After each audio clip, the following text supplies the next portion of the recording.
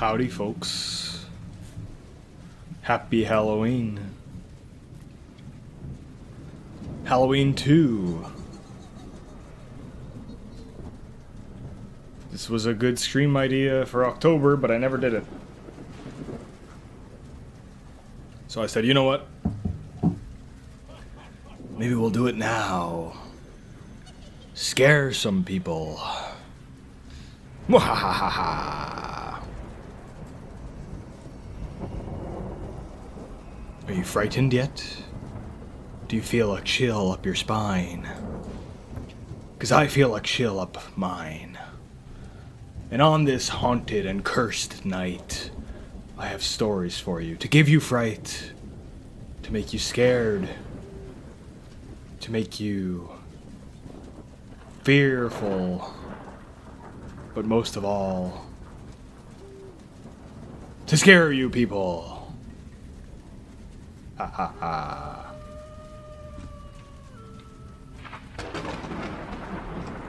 These stories will chill you to the bone. I'm just waiting for more people to join.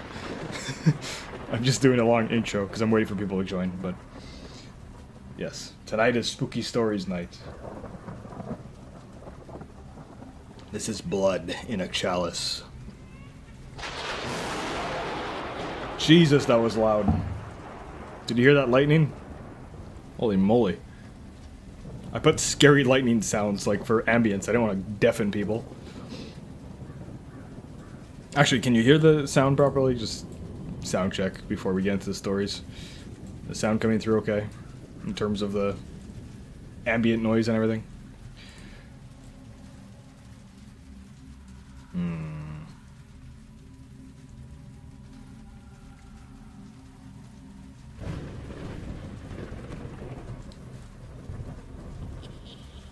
Today's tales will include tales of horror, of fright, and of dark, cursed nights. Some stories are old, some stories are new, but all of these stories are meant to frighten you. One viewer left the chat. So I was waiting for people to join, and I guess somebody got bored and left. So that was a little, you know, opposite of what I wanted. I have candles here. Ow! Ow! Ooh! Ow! Ooh! They're not real, just for ambience. That one in the back is real, though. So I better keep an eye on that one. You become less disturbed and scared by things the older you get. Yes, but wait until you hear these stories, my friend. These stories will have you change your mind on that.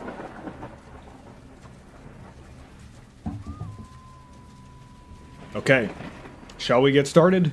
I was going to wait for more people to join, but if this is all it's going to be, then that's all it is. Make sure you press the like button on the video that you're watching this on. Press the like because that helps the stream get out to more people so we can get more spooks going. And with that, I guess let's get into it. So what we're going to do is we're going to start with an old story you may have heard before. Start with the shorter ones, then get into the longer ones later when more people are here. How about that? Okay.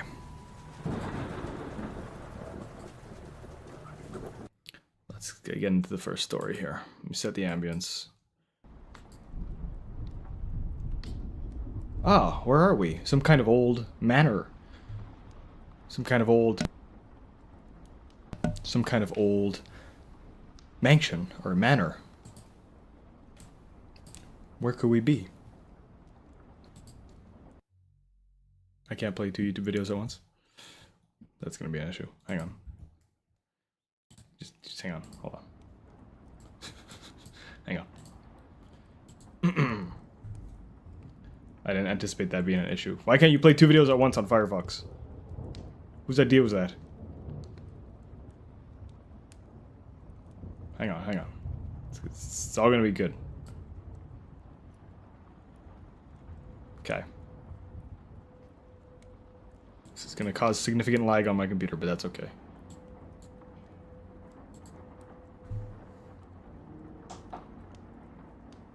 Hold your horses, folks. We're getting into the first story in just 1 minute. Just had technical challenges. Sometimes I am technologically challenged. But that's okay, because I always overcome those challenges. Now, my friends, tell me, how is the audio? Do you hear the scary sounds? Do you hear that subtle, scary music?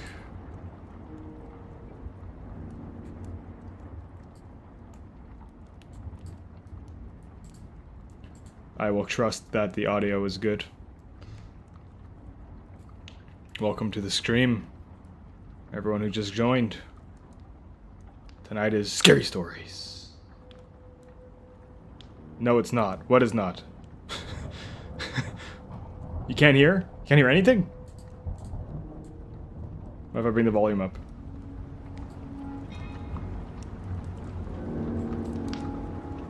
Now do you hear it?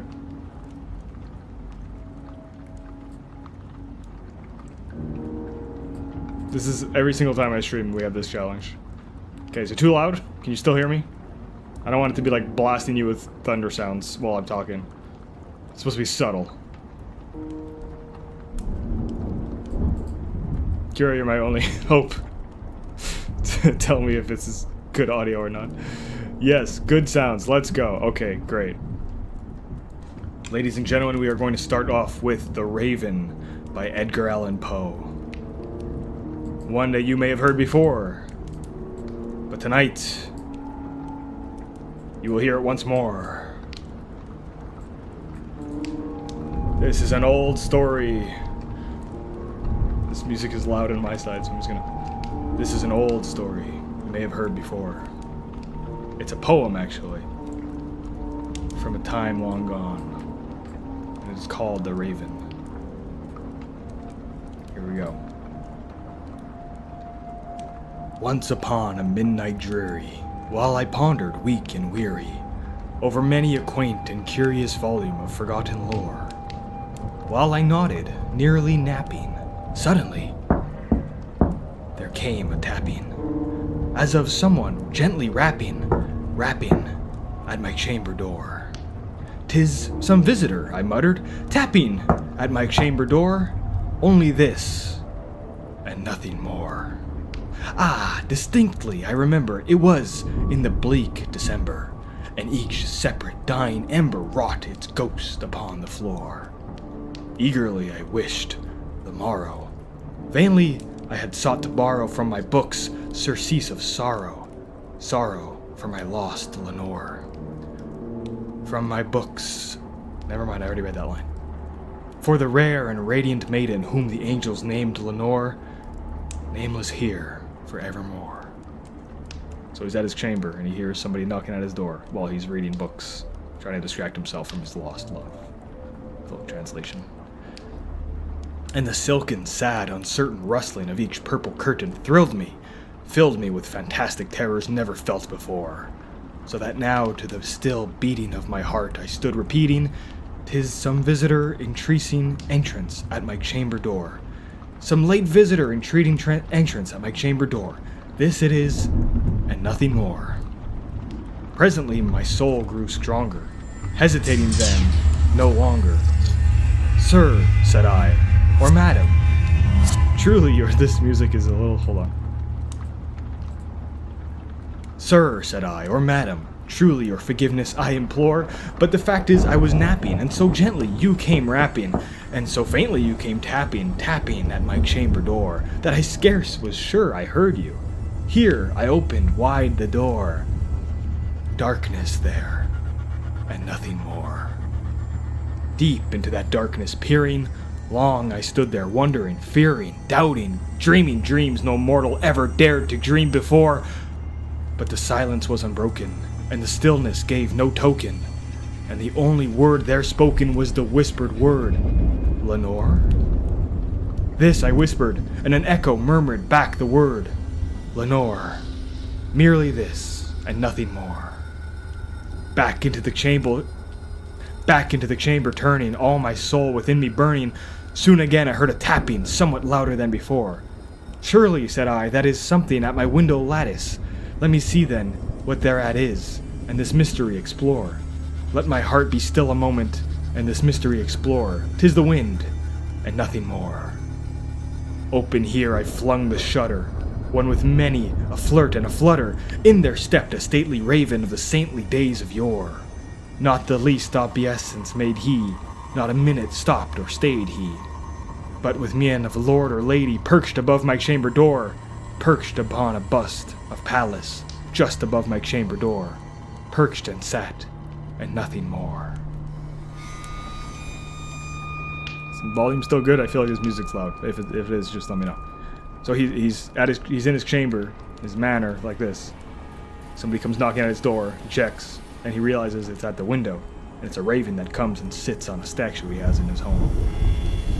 Then this ebony bird beguiling my sad fancy into smiling, by the grave and stirred decorum of the countenance it wore. Though thy crest be shorn and shaven, thou, I said, art sure no craven, ghastly grim and ancient raven, wandering from the nightly shore. Tell me what thy lordly name is on the night's Plutonian shore. Quoth the raven, nevermore.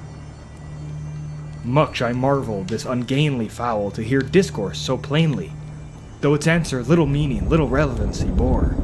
For we cannot help agreeing that no living human being ever yet was blessed with seeing bird above his chamber door, bird or beast upon the sculptured bust above his chamber door, with such a name as Nevermore. But the raven, sitting lonely on the placid bust, spoke only that one word, as if his soul in that one word he did outpour. Nothing further than he uttered, not a feather than he fluttered, till I scarcely more than muttered, other friends have flown before, on the morrow he will leave me, as my hopes have flown before. Then the bird said, nevermore. Startled at the stillness broken by reply so aptly spoken, doubtless, said I, what it utters is only its stock and store, caught from some unhappy master, whom unmerciful disaster followed fast, and followed faster till his songs one burden bore, till the dirges of his hope that melancholy burden bore, of nevermore.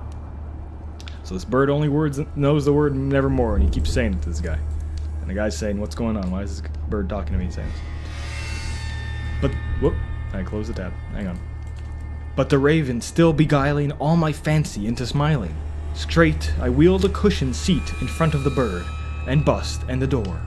Then upon the velvet sinking, I betook myself to linking, fancy unto fancy, thinking what this ominous bird of yore, what this grim, unghastly, gaunt and ominous bird of yore meant by croaking nevermore. This I sat engaged in guessing, but no syllable expressing to the fowl whose fiery eyes now burned into my bosom's core. This and more I sat divining, with my head at ease reclining on the cushion's velvet lining that the lamplight gloated o'er, but whose violet lining with the lamplight gloating o'er she shall press nevermore. Then I thought the air grew denser, perfumed from an unseen censer, swung by seraphim whose footfalls tinkled on the tufted floor. Wretch, I cried, thy God hath lent thee, by these angels he hath sent thee, respite, and nepenthe from thy memories of Lenore. Quaff, oh quaff, this kind nepenthe, and forget this lost Lenore. Quoth the raven, nevermore. Prophet, said I, thing of evil, prophet still, if bird or devil, whether tempter sent or whether tempest tossed thee here ashore, desolate yet all undaunted, on this desert land enchanted, on this home by horror haunted, tell me truly, I implore, is there balm in Gilead? Tell me, I implore. Quoth the raven, nevermore. Prophet, said I, thing of evil, prophet still, if bird or devil, by that heaven that bends above us, by that God we both adore, tell this sore with sorrow laden, if he within the distant Aiden, it shall clasp a sainted maiden whom the angels named Lenore, clasp a rare and radiant maiden whom the angels named Lenore. Quoth the raven, nevermore. Okay, I'm gonna take a little break here to drink. So he's asking this bird that's sitting on top of his door, this thing that he sees as an ominous omen of death, if there is a God, if there is a heaven, if he will ever see his lost Lenore again. And the bird says, nevermore. Be that word our sign of parting, bird or fiend, I shrieked, upstarting. Get thee back into the tempest and the night's Plutonian shore. Leave no black plume as a token of that thy soul hath spoken. Leave my loneliness unbroken, quit the bust above my door. Take thy beak from out my heart, and take thy form from off my door. Quoth the raven, nevermore. And the raven, never flitting, still is sitting on the pallid bust of Pallas just above my chamber door. And his eyes have all the seeming of a demon's that is dreaming, and the lamplight over him streaming throws his shadow on the floor. And my soul from out that shadow that lies flying on the floor shall be lifted nevermore.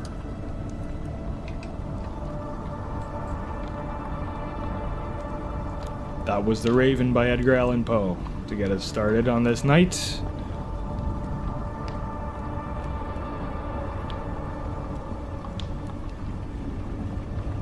The other stories won't be so much poetry.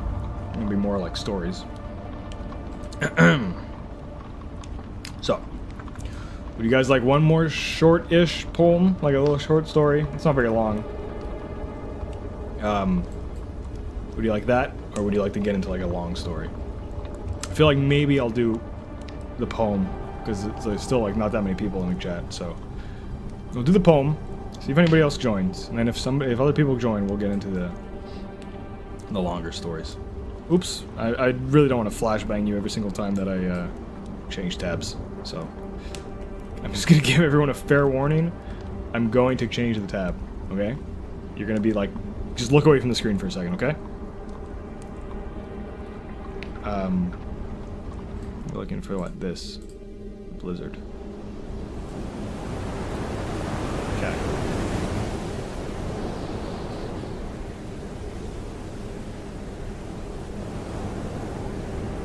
All right.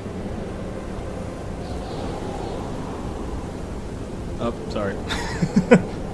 We just listen to the audio.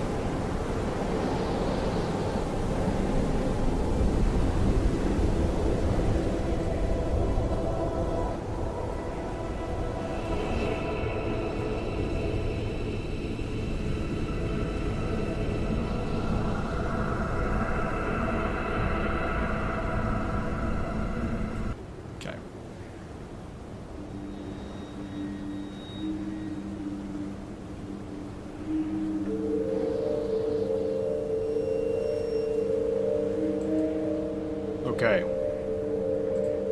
How's the audio, everyone? Is it good? I don't want to deafen you guys. Yeah? Still good? Okay. We're gonna get into a little short story here. It's called The Cremation of Sam McGee by Robert W. Service. Now, this was a Canadian poet who wrote poetry about the Yukon. So if you know the Yukon, it's the northern territory of Canada. Very freezing cold there. Can't really survive there. I mean, people do survive there, but you don't want to have to live there.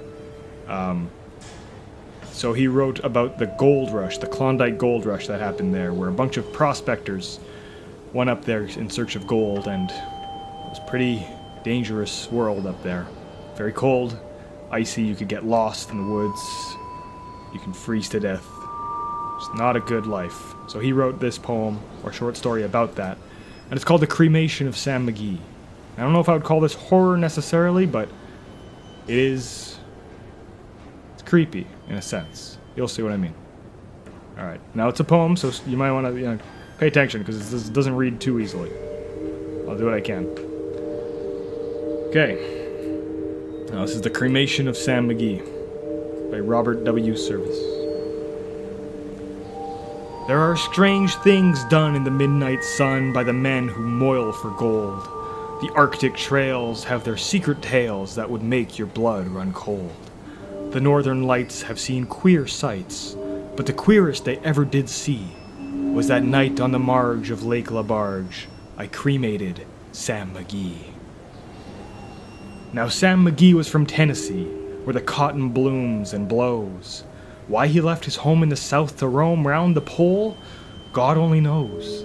He was always cold, but the land of gold seemed to hold him like a spell, though he'd often say in his homely way that he'd sooner live in hell. On a Christmas day we were mushing our way over the Dawson Trail. Talk of cold. Through the parka's fold it stabbed like a driving nail. If our eyes we'd close, then the lashes froze till sometimes we couldn't see. It wasn't fun, but the only one to whimper was Sam McGee. And that very night, as we lay packed tight in our robes beneath the snow, and the dogs were fed and the stars overhead were dancing heel and toe, he turned to me, and Cap, says he, I'll cash in this trip, I guess. And if I do, I'm asking that you won't refuse my last request. Well, he seemed so low that I couldn't say no. Then he said with a sort of moan, It's the cursed cold. It's gotten right hold till I'm chilled clean through the bone. Yet, it ain't being dead. It's my awful dread of the icy grave that pains. So I want you to swear that foul or fair, you'll cremate my last remains. A pal's last need is a thing to heed, so I swore I would not fail. And we started on at the streak of dawn, but God, he looked ghastly pale. He crouched on the sleigh and he raved all day of his home in Tennessee. And before nightfall, a corpse was all that was left of Sam McGee. There wasn't a breath in that land of death, and I hurried, horror-driven, with a corpse half hidden that I couldn't get rid because of a promise given. It was lashed to the sleigh, and it seemed to say, You may tax your brawn and brains, but you promised me and it's up to you to cremate those last remains. Now a promise made is a debt unpaid, and the trail has seen its own stern code. On the days to come, though my lips were numb, in my heart how I cursed that load. In the long, long night by the lone firelight, while the huskies round in a ring howled out their woes to the homeless snows, oh God, how I loathed the thing. And every day that quiet clay seemed to glow. And every day that this is a hard one. And every day that quiet clay seemed to heavy and heavier grow. And on I went through, though the dogs were spent and the grub was getting low. The trail was bad and I felt half mad, but I swore I would not give in. And I'd often sing to the hateful thing, and it hearkened with a grin. Till I came to the marge of Lake Labarge, and a derelict there lay. It was jammed in the ice, but in it a trice that was called the Alice May. And I looked at it, and I thought a bit, and I looked at my frozen chum. Then here, said I with a sudden cry, is my crematorium. Some planks I tore from the cabin floor, and I lit the boiler fire. Some coal I found that was laying around, and I heaped the fuel higher.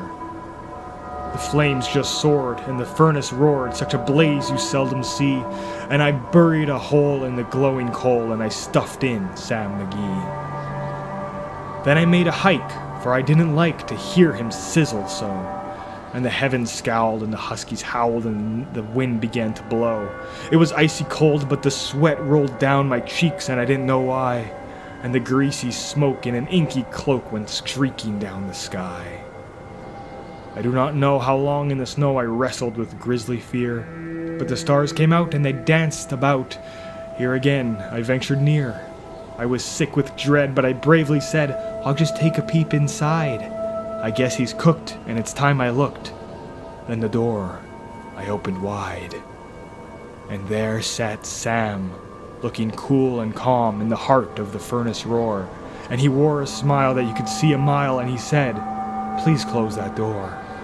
It's fine in here, but I greatly fear you'll let in the cold and storm. Since I left Plumtree down in Tennessee, it's the first time I've been warm. There are strange things done in the midnight sun by the men who moil for gold. The Arctic trails have their secret tales that would make your blood run cold. The northern lights have seen queer sights, but the queerest they ever did see was the night on the marge of Lake Labarge I cremated Sam McGee.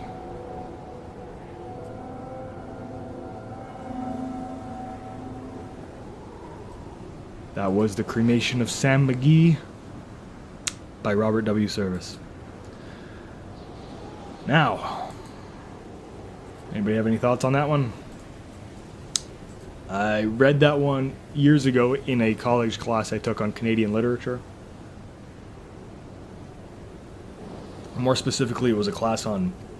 It was very specific. It was called like the Northern Literature of Canada or something like that. It was just stories that took place in the north of Canada. And this was one of them. And it was creepy. I always thought it was creepy. It wasn't like a horror poem by genre. It was just a poem, but... I mean, the idea of being out in the freezing cold, you know, like this type of scenario in Yukon, and your friend dies and you carry him around with you because you promised you'd cremate him because he didn't want to be cold anymore, even after he's dead. And then he cremates him in the crematorium that he made, and he opens the door, and there's his friend inside saying, "Please close the door. It's the first time since Tennessee that I've been warm." Ah, it's just so creepy. I love it. I love it. Now, I'm not going to torture you guys too much with poetry, because I know it's boring to most people. There are a lot of scary poems, but I think I'm going to get into more like stories now, because,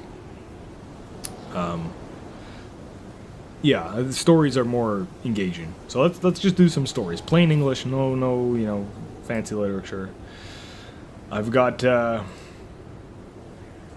of them. All right, how about I put it to a vote? I'll let you guys pick which story to read. Okay. I don't have any personal opinion. 2 of them I haven't read, 1 of them I have. Alright. So there's one story called "My Dog Was Lost for 3 Days. What Came Back Wasn't My Dog." There's another one. It's called "My Wife Has Been Peeking at Me from Around Corners and Behind Furniture. It's Gone from Weird to Terrifying." And then finally, the third one is called "Something Walks Whistling Past My House Every Night at 3:03. Which one of those 3 are you guys down for me to read? If you don't vote, I'm just going to pick one at random. Whoops, get flashbanged. I can make a poll, actually. Hang on.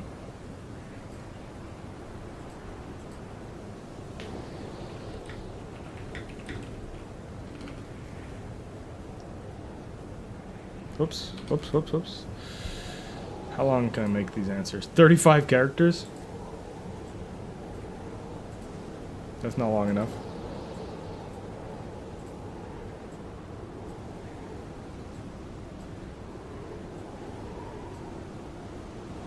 Hang on. I'm gonna make a poll, okay? And you guys can vote in the poll. Actually, I'm not doing that. There's like 4 people in the chat. You just tell me. Just tell me which story you want to hear. There's "Something Walks Whistling Past My House Every Night at 3:03. My Wife Has Been Peeking at Me from Behind Corners. And my dog..." You want me to do the poll? Okay, I'll do the poll. I'll do the poll. But the thing is that it doesn't fit the entire title. So, I will put what I can, but...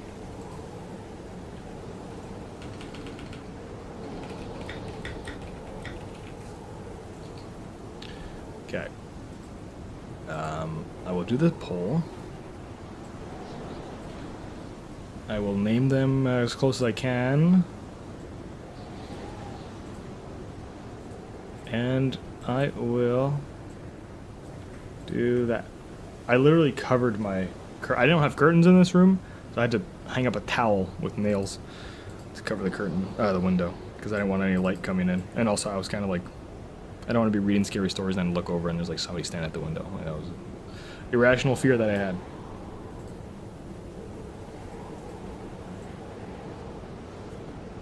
Alright. These are the 3 stories that we can choose from. You guys can vote on. Alright? "Something Walks Past My House Every Night at 3:03. My Dog Was Lost for 3 Days. What Came Back Wasn't My Dog." Or, "My Wife Has Been Peeking at Me from Around Corners. It's Gone from Weird to Terrifying." That one sounds like a YouTube title. Like, "My wife has been acting kind of crazy. These are the top 10 weirdest things that she's done. Number 10. Vote in the poll. Whoever just joined the chat, vote in the poll for the next story to hear. The next scary story. You can see it in the chat. And by the way, do me a favor. If you haven't already, press the like button. because that spreads the stream out to more people so they can see it.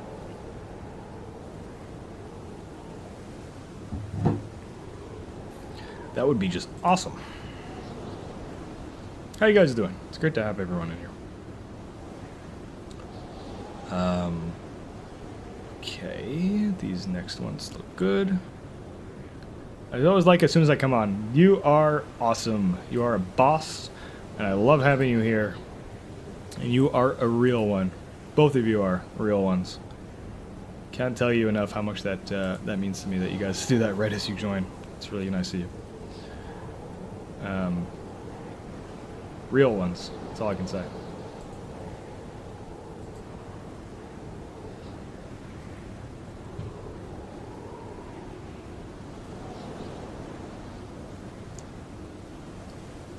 Here, I'll read an X-Men horror story just for you.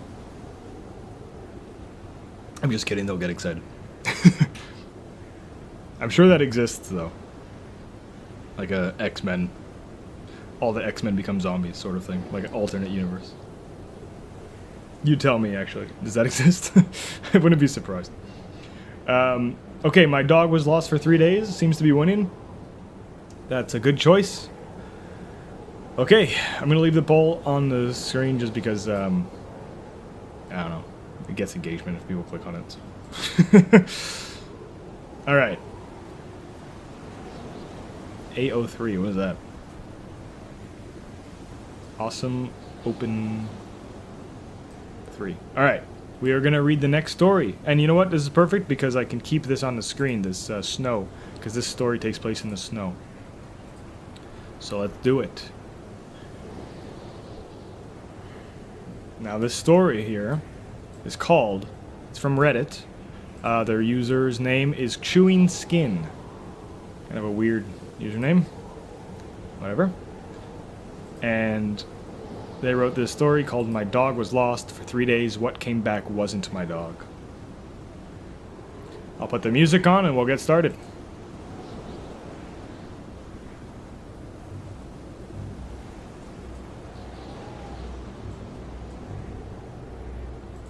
All right.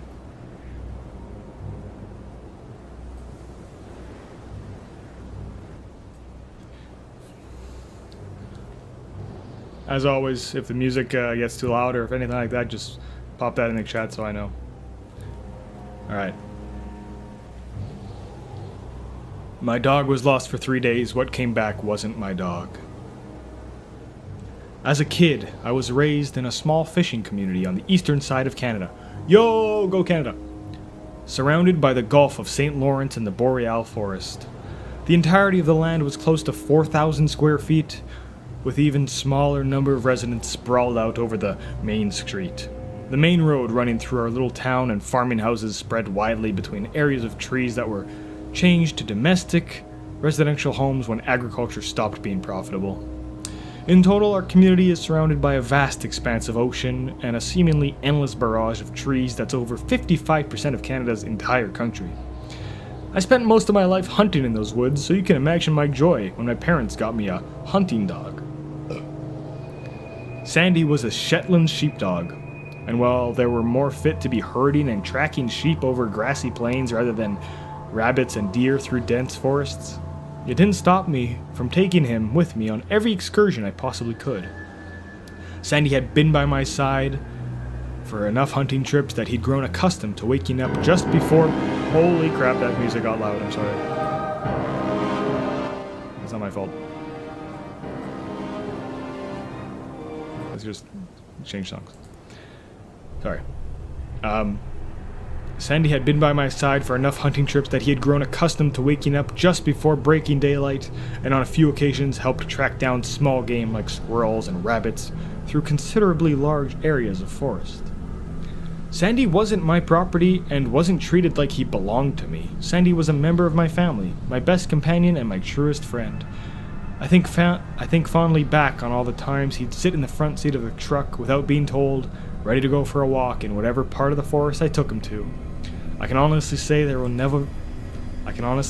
there will never be a dog that will fill the void Sandy left in my life. I find that dog lovers relate to that sentiment more than others. It was October 30th, the first day of deer hunting season. I had been talking with my family about taking Sandy, my hunting gear, and some essentials to one of the cabins my grandfather owned in his heyday off an unmarked road a few hundred miles into the wilderness for a few days. This was met with a lot of protesting, but nothing could stop me from getting in some time looking for wild game in an area that wasn't already picked clean by illegal hunters earlier on in the month. Everything was packed into the old blue Ford, Sandy included, and a few hours of driving later, we were setting up camp in one of my grandfather's secluded old cabins. Here's where things got fucked up. Sandy, I'm so sorry. I had spent most of the time of my life being in the wilderness. There were only a handful of times that things had gotten weird for me, but usually everything could be explained with scientific reason. That's why I brushed off Sandy's weirdness on the first few nights, chalking it up to the nervousness of a dog that's capable of hearing the far-off noises of various coyotes and wolves, bears, and moose. This was untouched territory, of course. There had been plenty of time for wildlife to set up camp there, too.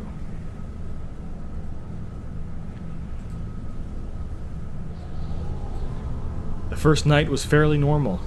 I had set up Sandy's bed in the corner of the living room, next to the TV that looked like it came out of the early 90s.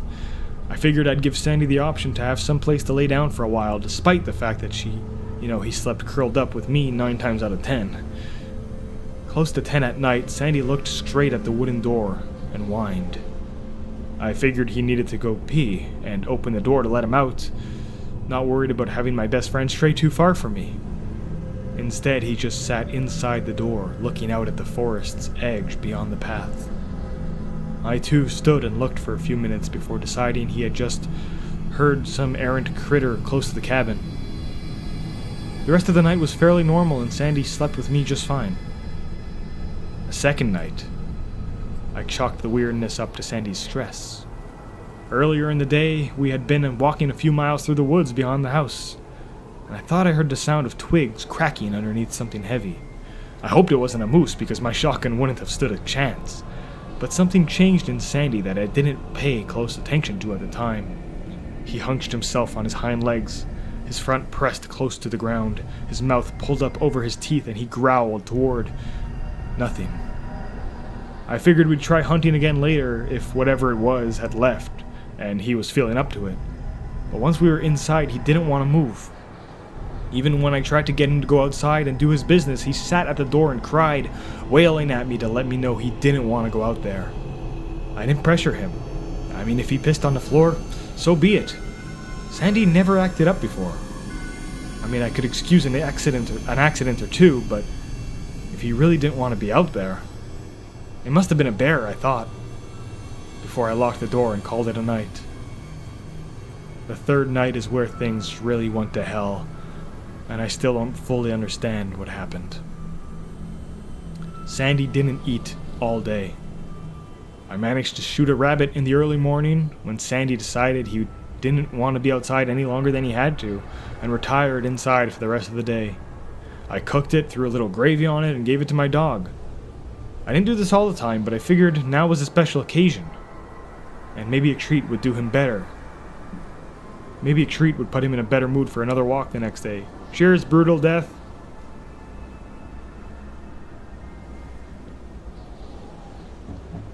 Sandy didn't touch it. He didn't so much as sniff it. Instead, he sat at my side on the couch, watching the doorway intently. I tucked him under one of my arms and he laid his head on my lap, his eyes still locked on that door. Close to 3 hours of watching grainy VHS tapes on an outdated television set, Sandy started crying, hugging himself close to my body. This is where my judgment took me down the wrong path for the first time of many. It must sound silly being my dog's protector rather than my dog being mine, but this was my family. I figured if there was something out there that was scaring Sandy so bad, then it was my job to do something about it. I loaded up my shotgun, opened the door, and stood in the doorway and waited. I must have waited at least an hour, staring into nothing. There was barely any sound.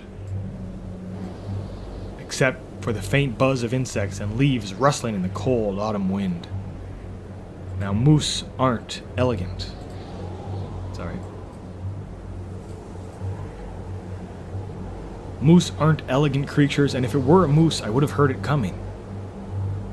Around the 40-minute mark, Sandy took off like a shot into the darkness of the woods beyond the path, barking wildly. I started to get worried. Despite my knowledge that my dog isn't helpless out there in the wilderness, there are still bigger animals that would have liked to take a bite out of him if there wasn't a lot of food for the winter. I heard Sandy's bark fade away into the distance and stop altogether. I waited hours in the doorway with my shotgun cocked and ready to put down whatever it was that was waiting in the woods. I waited hours for Sandy to come back to the house. I waited until the sun was cracking through the trees, and then I waited until that night, sitting on my porch step, feigning off sleep deprivation to see my dog come back.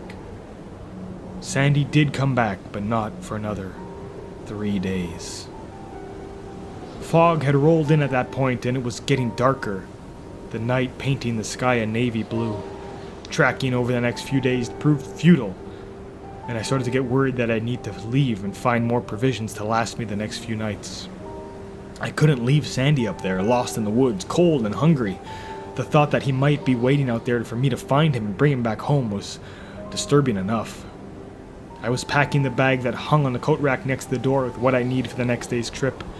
I figured tomorrow would be the last day before I'd go into town to see if my father would help me find Sandy.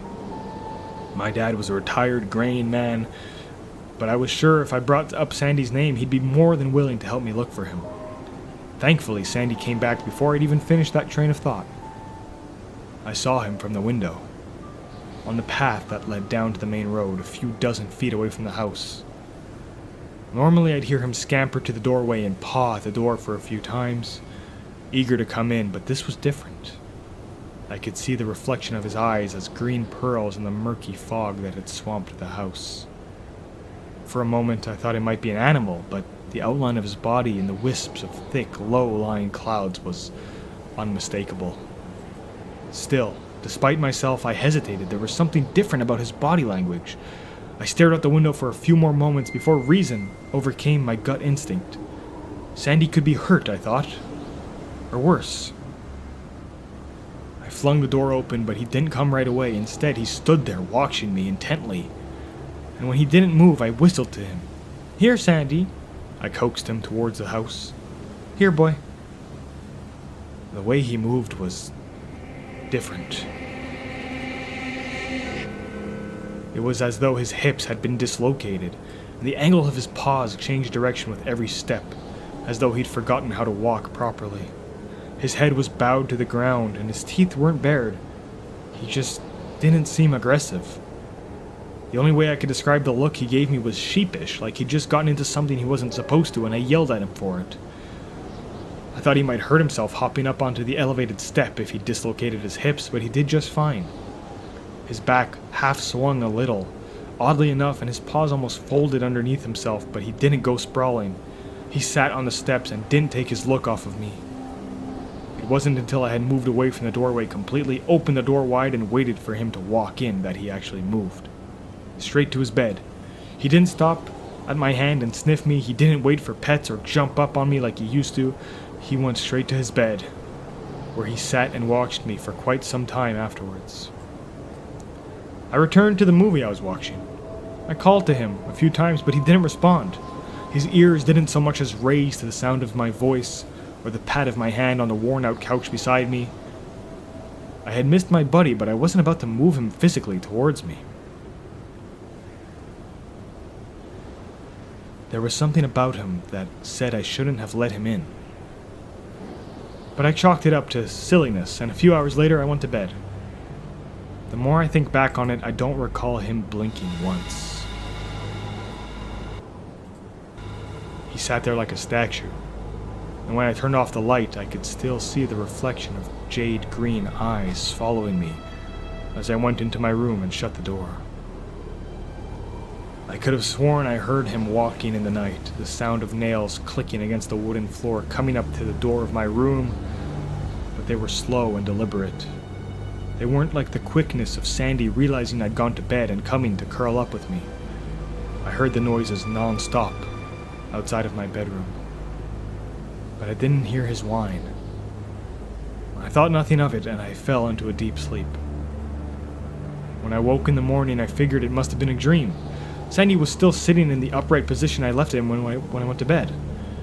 It was as though he didn't move a muscle the entire night, and when I said good morning, he didn't even wag his tail.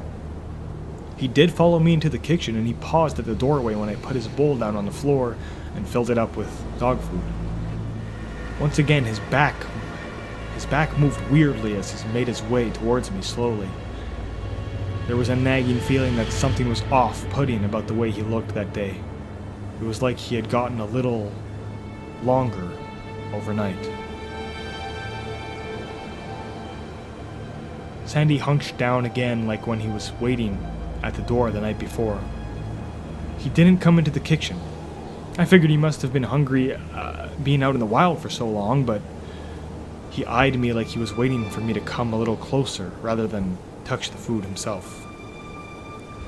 It goes without saying, but after a few minutes of a staring contest between me and my unblinking dog, I called off that foolishness and called his name out loudly.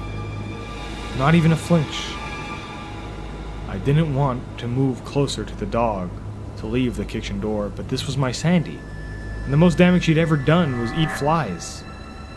And sure enough, as I passed him, he turned, and his body swayed unnaturally, but he didn't move towards me. When I left that day, I couldn't find anything. The deer tracks in the mud that were made a few days ago went off cold naturally through the woods. I couldn't hear bugs or birds or even the howl of a coyote nearby. The only sound for miles was the campsite, my own breathing, the crunching leaves beneath my feet. When the sun started to set, I made my way back, but I should have just packed up my shit and left. Just behind a cluster of trees with the house just barely visible beyond the rise, I figured I found out why the animals had abandoned this place. Generally, when there are mass animal deaths, that usually means something is wrong in the area of the slaughter. The wildlife are usually smart enough to get the hell out of there. Even cats are bred instinctively to not like drinking water that's close to where their food is, because if you see a dead animal close to a stream, you figure that the stream is tainted, and you find another source of water. Hundreds of squirrels were disemboweled and strewn across the grass in almost perfect circle. Most of them were skinned alive, but when I turned to heave up the contents in my stomach, there were a few dozen that were inside out. I couldn't help but vomit repeatedly as I tried my best to walk around the circle of tiny organs and mashed up bodies. Not just over the sight, but because the smell was disgusting. I don't know how long they had been out there, but if I'd stumbled across this sooner, I might have left with Sandy immediately after. Gradually, the bodies stopped and delved off into a random dead squirrel here and there. The biggest thing I managed to find just a few feet from the unholy feeding ground was a deer. It looked as though something had decided to skin it alive from hide to neck, and draped some of the skin over a branch like someone was tanning the hide. I don't know how long it had been there, but it smelled like it had been dead for quite some time, despite the fact that there wasn't even a single fly. The head had been cut off clean just above the shoulders, and then I realized the organs had been removed. I moved from a walking pace through the forest to a jog. Thankfully, the cabin wasn't too far off. I heaved one final time, wiped my mouth with the back of my sleeve, and looked up to the house to see Sandy staring at me from the window. I tried to reason with myself and tell myself that my dog's odd behavior must have been trauma. I know it's stupid to think of it now, but at the time it was the only reasonable explanation I had to keep myself from going insane. The elongating body had just been the loneliness getting to me. Sandy had realized there was something up with this place, and the second he noticed, I should have taken this warning and taken off back to town. Once the door was shut behind me, I started packing the food and essentials back into boxes, moving quickly to try and get my things into the trunk before night came. It would be dangerous to try and maneuver my way through the trails at night, as the hills off of Kelly's Mountain were steep, and in pitch darkness with my only companion being my headlights, it would have been easy to slide off into a ravine and never be heard from again. I didn't want to stay one more night, but I had no choice. I had gotten back to the house just moments before the sun finally set past the horizon, and we were bathed in a navy blue sky once again. I didn't pay attention to Sandy. He just sat in his bed and watched me pack. I figured, no harm, I'd throw his stuff in the truck in the morning and we'd be back in town before the night the next day. Glancing at him, for just a moment, I had a passing thought that he was looking a little longer today. And when I went to bed, it was hard to get to sleep for the next few hours. It must have been close to 4 or 5 in the morning when I heard it. The sound of whistling. The same whistle I used to call my dog. I broke out into a cold sweat when I realized that whoever slaughtered those squirrels, hung the skin up, left what he didn't need, could have broken into my house. The door to my room didn't make a sound as I opened it slowly. I waited a moment, listening to someone call for my dog, for a few more seconds before I dared to poke my head out from the doorframe to get a good look at whoever it was that might have hurt Sandy.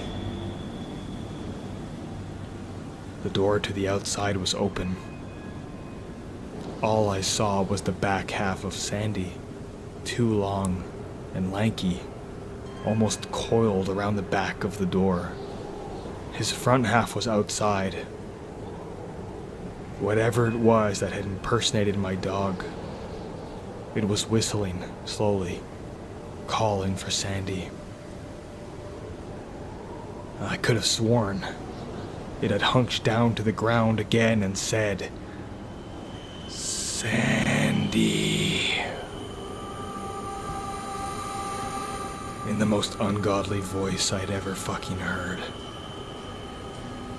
I closed the door just as softly as I had opened it. I don't know how long I waited with my back pressed up against the door. I had left my gun in the bag on the coat rack. I didn't sleep. I waited until I saw the sun break over the horizon, and then I waited once more, until it must have been midday and I finally got the balls to open the door again and make a run for the truck. I wouldn't die in that place. Sandy was gone. The door was open. His food was untouched, but the fridge was open and all the meat was gone. I didn't bother packing my stuff. I just threw my bag over my shoulder, made my way to the Ford as fast as I could, and turned on the ignition. I can't describe the feeling that came over me as I realized I would have to leave Sandy in this place. The thought that he could be dead was never a thought in my mind. I don't think I could cope with the knowledge that whatever I allowed in my house, whatever disemboweled those animals, could have done the same with him. I made my way down the winding paths and roads as fast as I possibly could without veering off the cliff. I felt like I was turning in circles down this labyrinth that would lead me back to that house. But when I reached the pavement off the stretch of road back to town, I felt relief wash over me, thinking I was safe. Just as I was pulling off onto the cement, I felt something hard hit the back of the windshield, sending broken glass into the passenger seat. I only got a glimpse of it. A deer's decapitated head catching on unbroken glass and tumbling into the back seat. I cried for most of the way back home, my hands clenching the steering wheel so hard my knuckles were white. I wish I could leave this off on a positive note. I wish I could tell you that I found Sandy at home waiting for me. I wish I could tell you that was the end of it. A traumatizing experience in the woods that I'll get over with time. Last night I found it hard to sleep. I kept replaying the entirety of my trip to that mountain in my head. I figured I wouldn't be sleeping for a while and laid there listening to the wind through my window. I could have sworn I heard the whistle I used to call my dog with coming from the forest's edge. If you go on trips with your dog, I advise you don't let them out of your sight for too long, Because what comes back might not be your dog.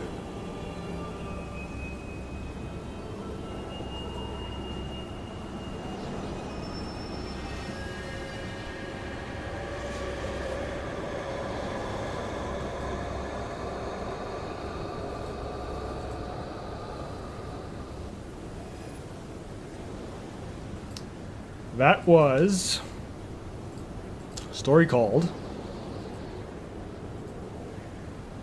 My Dog Was Lost in the Woods for 3 days and What Came Back Wasn't My Dog.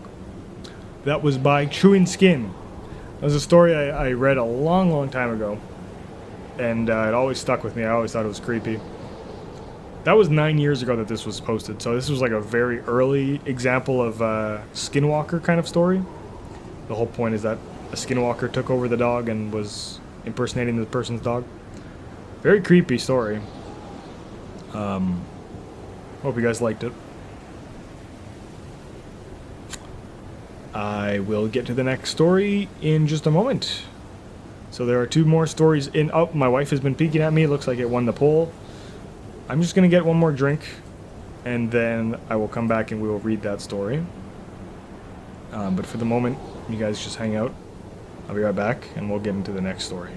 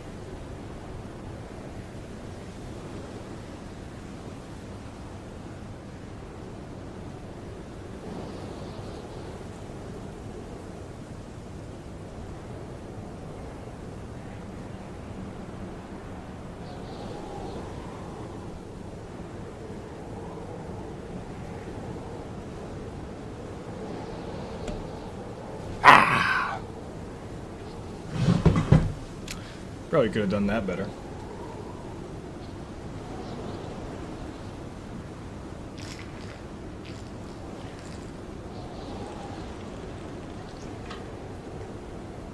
Okay, so what do we have going on in the chat? Do we have a consensus for the next story?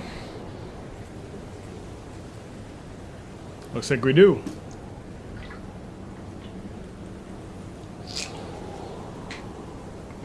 Okay, so the next story will be... Oh, just hang on a sec, folks. I have to switch tabs, so I don't want to scare you too much with the blinding white light that's going to hit you, so be careful. Just be warned that I'm going to flashbang you in a second. Okay. Just going to put on the fireplace one. Yeah. Alright. So let's go back to this tab and get that story. Alright. Everybody settled in? Everybody ready for a spooky story? Scare you? Get your blood running cold? I haven't read this one, so we'll see if it's any good. This one is called...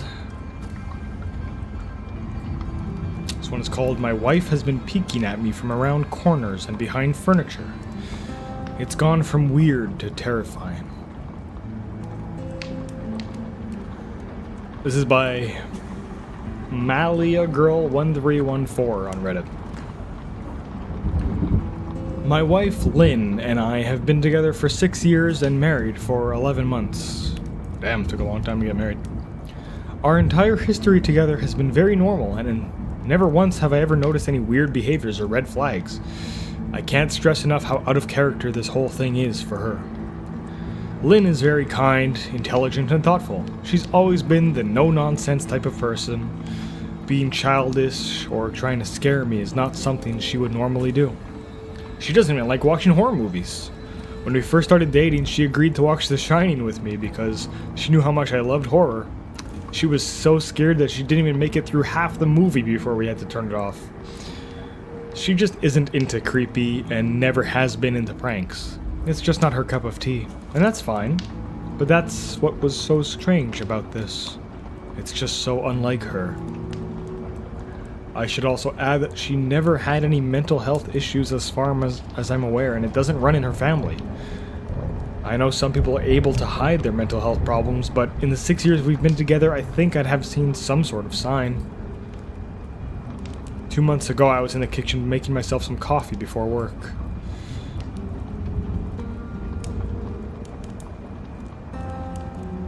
Yeah. 2 months ago, I was in the kitchen making myself some coffee before work. I was running a bit late that morning and knew I wouldn't be able to make it to Dunkin' Donuts for my usual morning fix. I took a sip of my coffee as I hurried down the hall toward the front door when I noticed Lynn peeking at me from around the corner ahead of me. I could only see her eyes and a strand of her dark, long hair hanging against the wall. The rest of her body was concealed behind the corner. I nearly spilled my coffee when I saw her. It burned the shit out of my lips. "Jesus, Lynn," I said, wiping a few drops of coffee from my pants. "You scared the shit out of me." She immediately popped out of view like a little kid that had been caught. I heard her scurry off toward the living room, and by the time I got to the front door, she was out of sight. It was really weird and totally out of character for her, like I said, but I also found it kind of funny that she was being more playful and a little less serious. I shouted out that I loved her and called her a weirdo. As I shut the door behind me, I heard her laughing. Her behavior was a little odd, but it certainly wasn't something to call a priest over. I forgot about it by lunch, and by the time I got home, she was her normal self again. I didn't even bring it up, and neither did she, and life went on. The next incident happened 3 days later. It was around 2 in the morning, and I had woken up to get a drink. I was standing at the kitchen island with a jug of OJ in my hand when I felt a strong feeling that I was being watched. For whatever reason, I looked down at the floor and saw my wife's smiling face staring back. She was peeking at me from the other side of the island.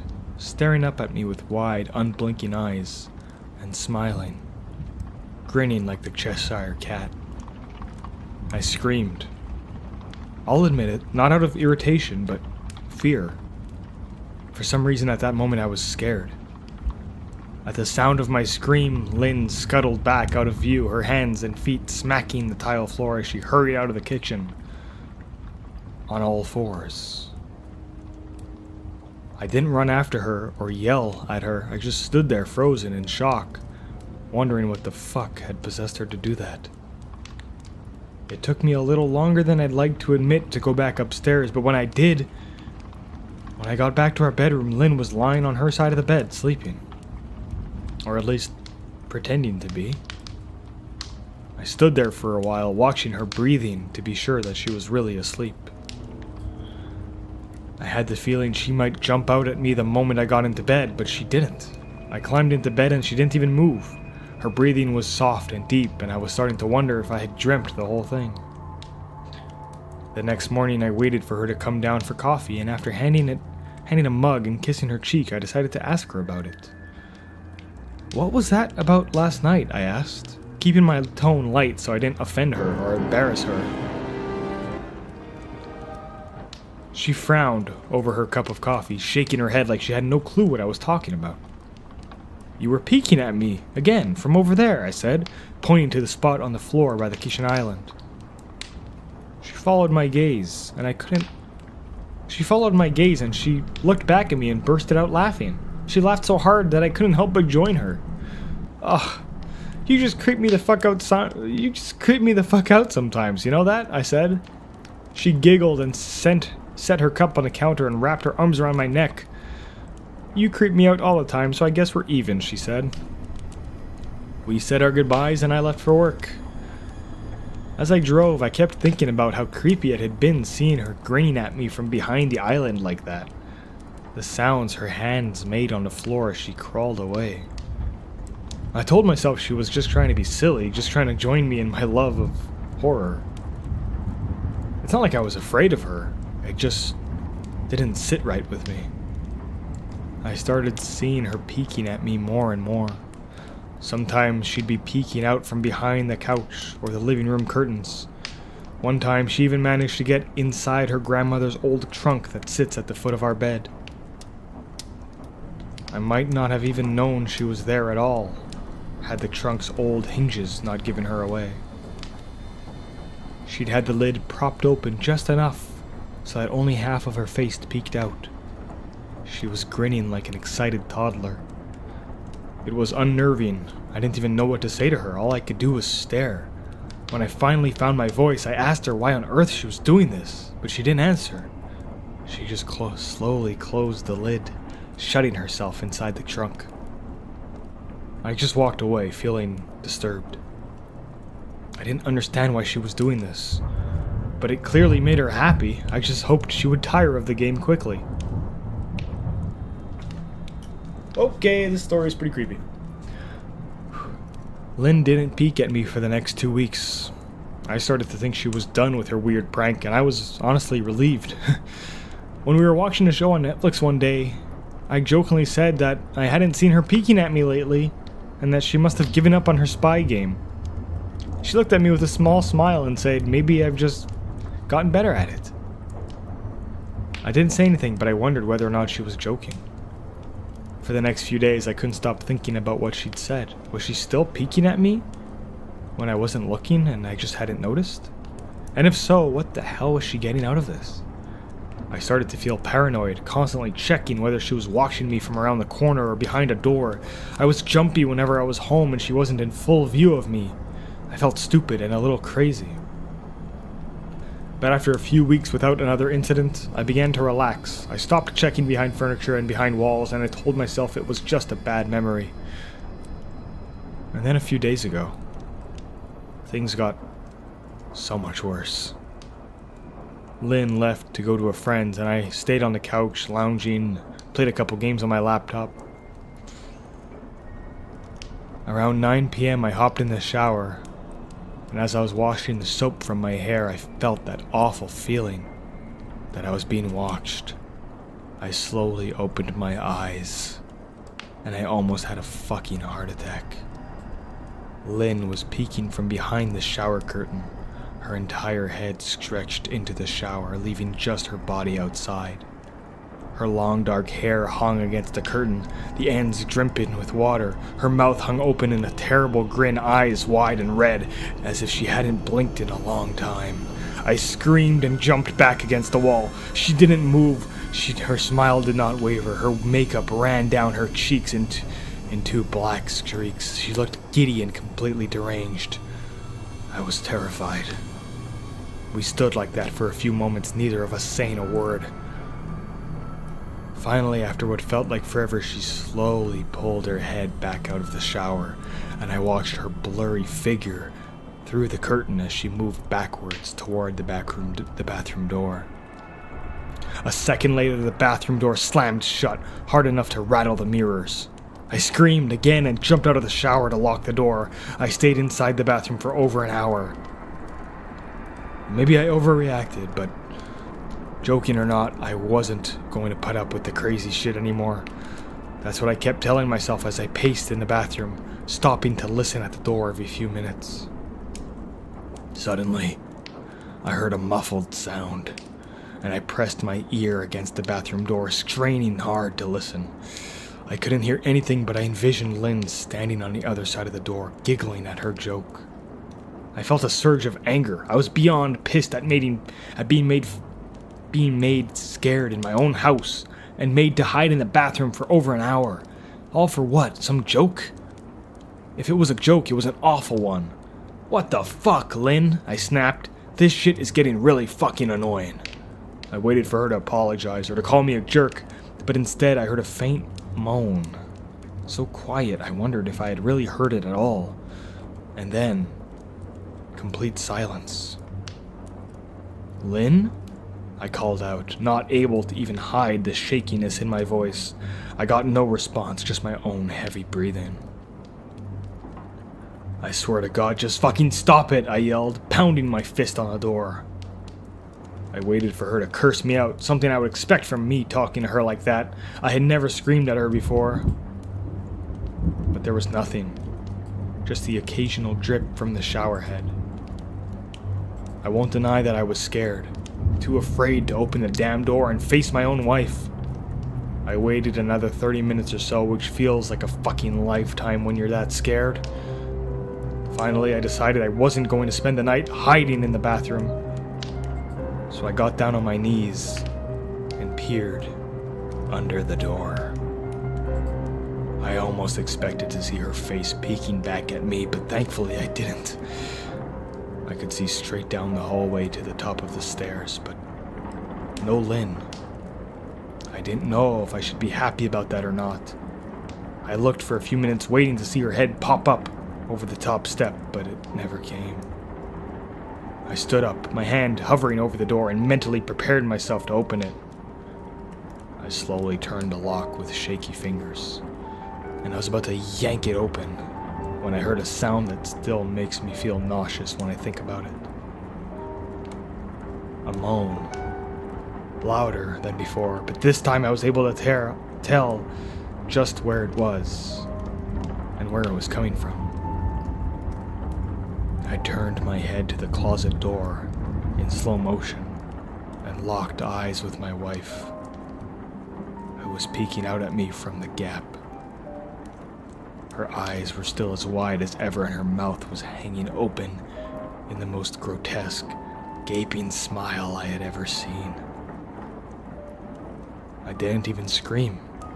I was too scared for that. Her hands were clasped to her chest, her body trembling with sheer delight as if she could barely contain her excitement. A short, raspy moan bubbled up from her throat, deep and raw, sending a shiver through my entire body.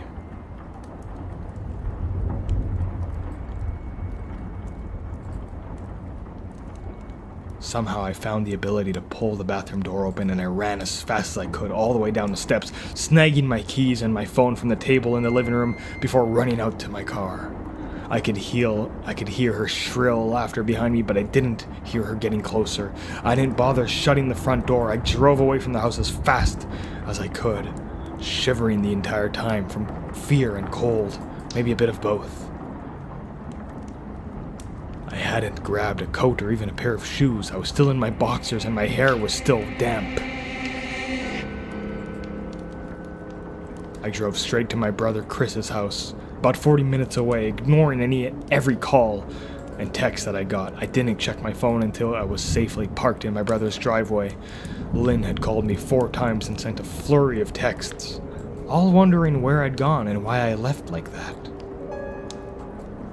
I threw my phone at the dash in a rage, furious at her nonchalant attitude.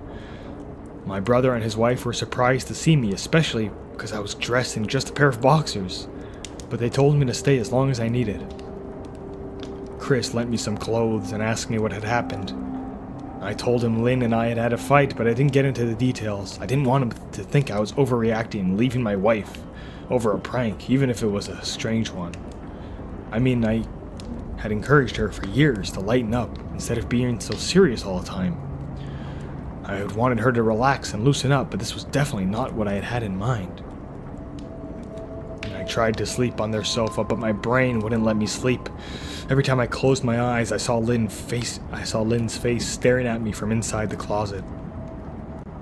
Knowing she'd been in there with me the entire time made my skin crawl. She had never left the bathroom after all. Instead, she slipped into the closet and slammed the bathroom door shut, just to fool me. The mere thought of going back home gave me anxiety. I tossed and turned, unable to sleep. Chris ended up giving me a sleeping pill, so I was able to get a little rest.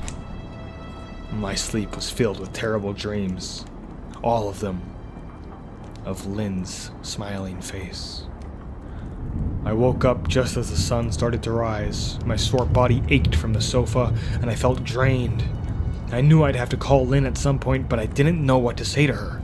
I wouldn't be going home unless she gave me her word that she'd never do any more creepy shit.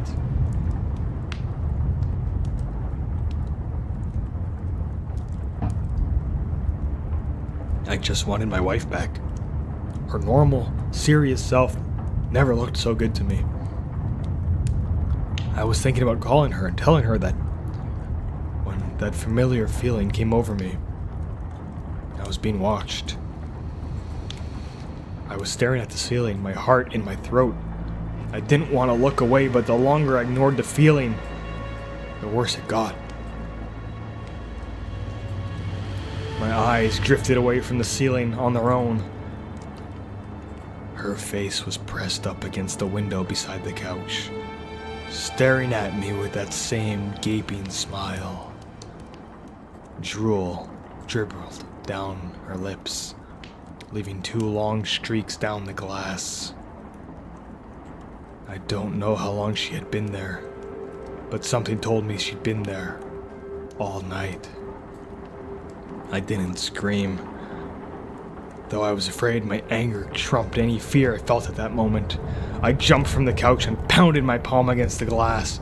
"Lynn, are you crazy? What the hell is wrong with you? Just go home!" I shouted. "Now!" She didn't move. Her ghastly expression never changed. If anything, her smile only grew, as if she had never been more happy. I could hear Chris and his wife moving around upstairs as if Lynn could hear them from her place outside. Her head twitched slightly in their direction, and she began to slowly close her mouth. Chris called my name from upstairs, obviously concerned. I turned to see him and his wife Rebecca running down the steps.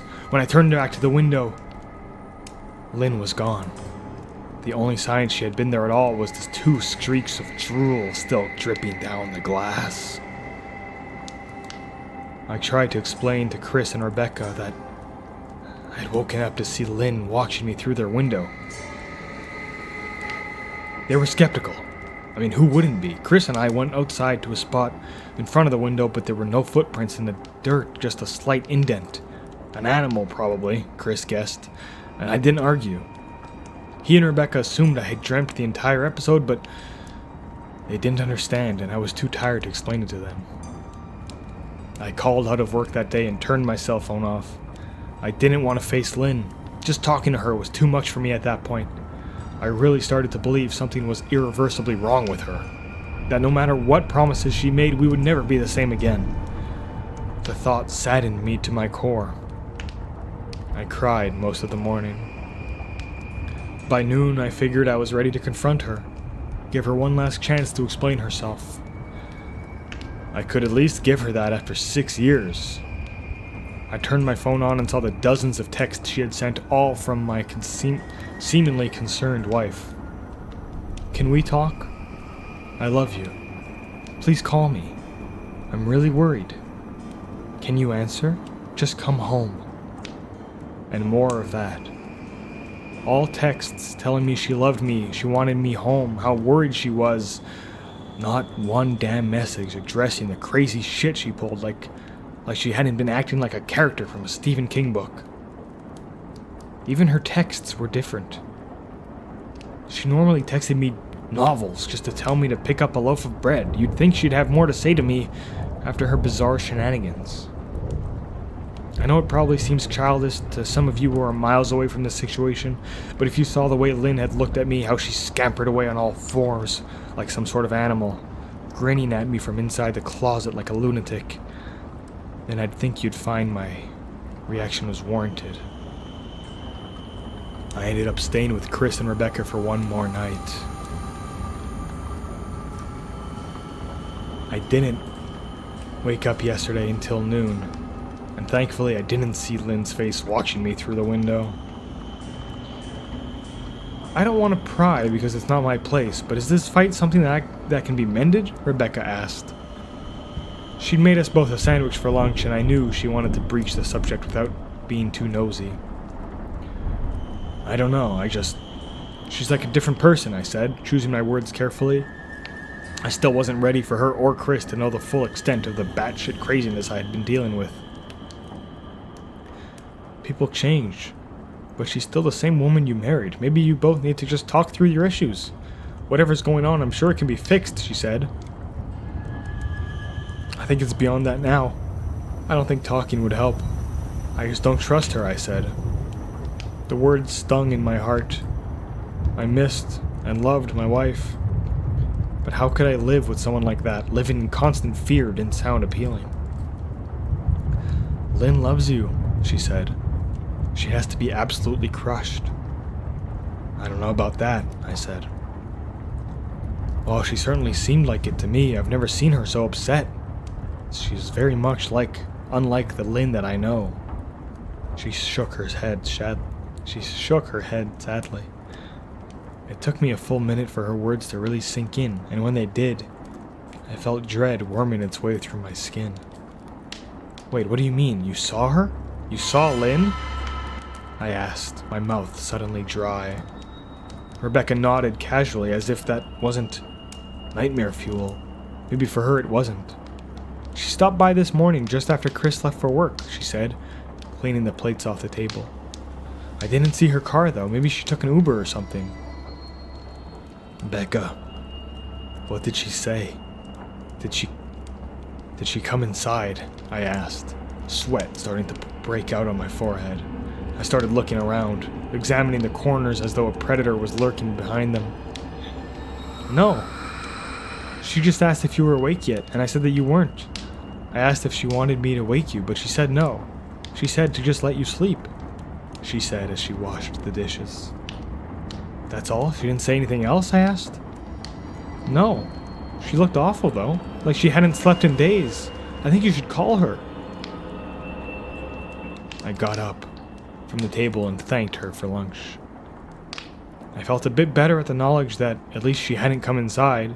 Still, I needed to double check that the doors were locked. I sat for a while trying to figure out what to do next. I didn't want to go home, but I felt that I owed it to Lynn to help her if I could. I mean, I had sworn an oath to love and honor her through sickness and in health. Clearly, she was very sick. If she was sick, which I truly believed she was, I had to try and get her the help she needed. but I didn't even know where to start. I didn't want to call the police. And besides, what the hell was I going to tell them? That my wife was peeking at me? That she was being creepy? I mean, as bizarre as she had been, she still hadn't committed any crimes. Not yet, anyway. The police would probably have said that I was overreacting, but this wasn't some prank. It felt wrong. Dangerous, even. Like something sinister lurked beneath her smile. I knew, as her husband, that I was well within my rights to have her committed, but what if she simply acted normal in their presence? She'd obviously been able to fool Rebecca into thinking she was just a concerned wife. As long as the doctors didn't find her a danger to herself or to others, they'd have no choice but to release her. I felt lost and overwhelmed. So I did what any husband in my position would do. I called her mother. I didn't want to, believe me, but her mother, Marianne, and I were never on the best of terms. We never fought or anything like that. She just wasn't a very warm person, and it wasn't really easy to get along with her.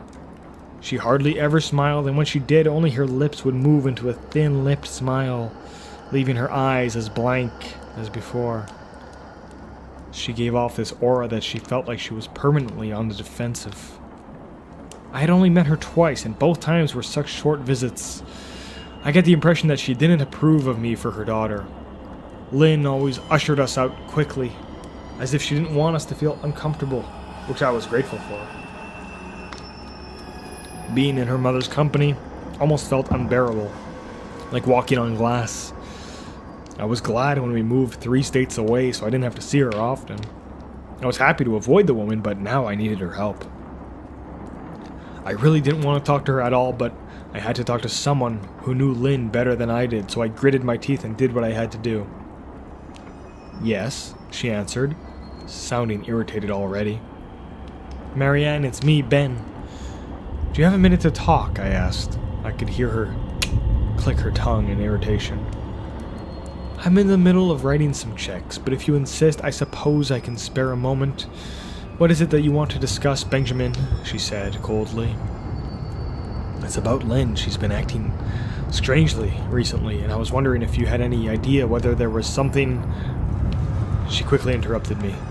"It's a bit difficult to follow your rambling, Benjamin. What is it that you want from me?" she asked. I could almost see her standing there in her thin sweater and slacks, tapping her fingernails impatiently on the table. "I wanted to know if you've ever noticed any odd behavior or possibly mental health issues," I asked. There was a long, uncomfortable pause that I couldn't tell if it was because she was just thinking or something else. Finally, after a few seconds, she spoke. "I'm not sure if this is one of your jokes, Benjamin, but if so, I don't find the humor in it. Now, I do have business to attend to, as I've said, so if you don't mind," she said, but I cut her off before she could get rid of me. "Marianne, it's not a joke. I'm sincerely concerned about Lynn's mental health. Her behavior has been very odd lately. I'm worried about her, and I figured, as her mother, you would be as well." My frustration was evident in my voice. "If you're truly concerned, then I suggest you get the health professionals involved. I don't know what you expect of me," she snapped. I could tell she was seconds away from hanging up, and for some reason I was desperate not to let her. I had the feeling that she knew a lot more than she was letting me know.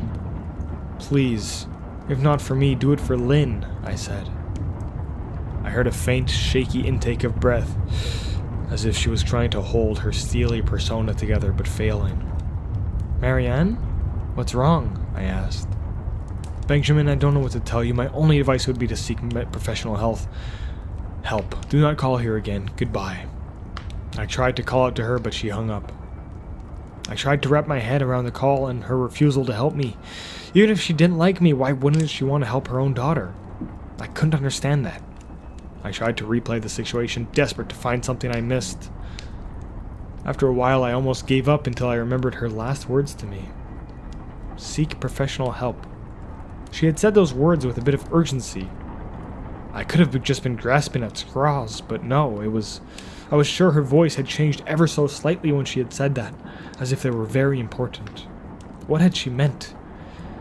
I assumed she was referring to medical professionals, but maybe she was referring to someone else. Someone that she didn't, for some reason, feel comfortable saying directly. Maybe I was just desperate. I waited for Chris to get home, and after a very long and exhausting conversation with him and Rebecca, I convinced them that Lynn really needed psychiatric help. I didn't tell them everything. I wasn't prepared to go into it yet, but I told them about our last encounter, how she'd hidden in the bathroom, peeking at me from the closet. They were obviously shocked, but thankfully they believed me. They too just wanted to help her. Still, they didn't think it was all that serious. Weird, maybe, but not dangerous. They kept saying that Lynn had been playing some kind of weird joke. Maybe for YouTube? Rebecca offered, as if only half-heartedly.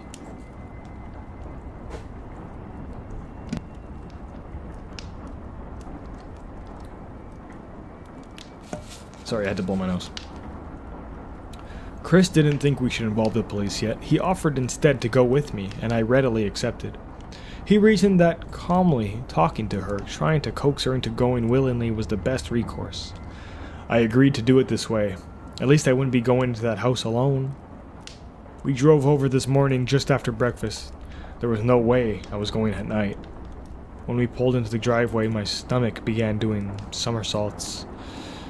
Her car wasn't there, but I still didn't let my guard down. The front door was open, and for a split second I thought we'd see her eyes staring through the gap. I was shaking and starting to sweat. Chris was fine. He waited for me to open the door, his hands in his pockets like he was going on a stroll through the park. I envied his ignorance. I pushed the door open and was immediately hit with the stench of rot. Chris smelled it too, and he walked in the house behind me with his nose scrunched up. "What do you guys use to clean the floors around here? Shit," he mumbled. "Shut up," I said, my eyes darting around for any signs of Lynn. The house was deadly silent and dark despite it being 10 o'clock at night. Despite it being 10 o'clock in the morning. All the curtains were closed up tight, refusing to allow any sunlight inside. If I hadn't left it just 2 days prior, I would have thought the house had been abandoned. We moved through each room, carefully checking any place that she might be hiding, calling her name. "Why the fuck are you looking for your wife under the couch?" Chris asked me. "Aren't we looking for your wife?" He was looking at me like I was a moron. "Let's just go upstairs," I whispered. He shook his head, but he followed me up the stairs to check the bathroom and the spare bedroom. On the way up, my shoes scrunched over pieces of glass that looked to be littered over a few of the steps. I noticed that one picture of Lynn and my wedding portraits that hung on the wall on a staircase had been smashed. The frame hung crooked. All the glass was removed. I just stared at the picture, a lump forming in my throat. We had taken the photo just after leaving church, after saying our vows. She looked so beautiful in her white gown. I looked at Lynn's beautiful face. I never thought her face would ever be a source of terror for me. We climbed the rest of the steps and checked the spare bedroom, but it looked completely untouched. I was hesitating to go into the bathroom. My fear from that night came back to me all at once. Chris noticed, and he offered to go in by himself, but I couldn't let him do that, so we walked together, checking the closet and the shower. The bathroom looked like it hadn't been touched since the night I left. "I don't think she's here, Ben. Why don't you pack some clothes and we'll come tomorrow morning or something," he said. I nodded and went into our bedroom and shoved some clothes into a duffel bag. When I checked inside our closets, I came across the smell, and I gagged. Chris took one look and lost all the color in his face. He had to go stand by the stairs to get away from the sight and the smell. I gazed down in shock at what lay inside my bedroom closet. Soaking into the rug were at least a dozen eyeballs, carefully laid out in pairs.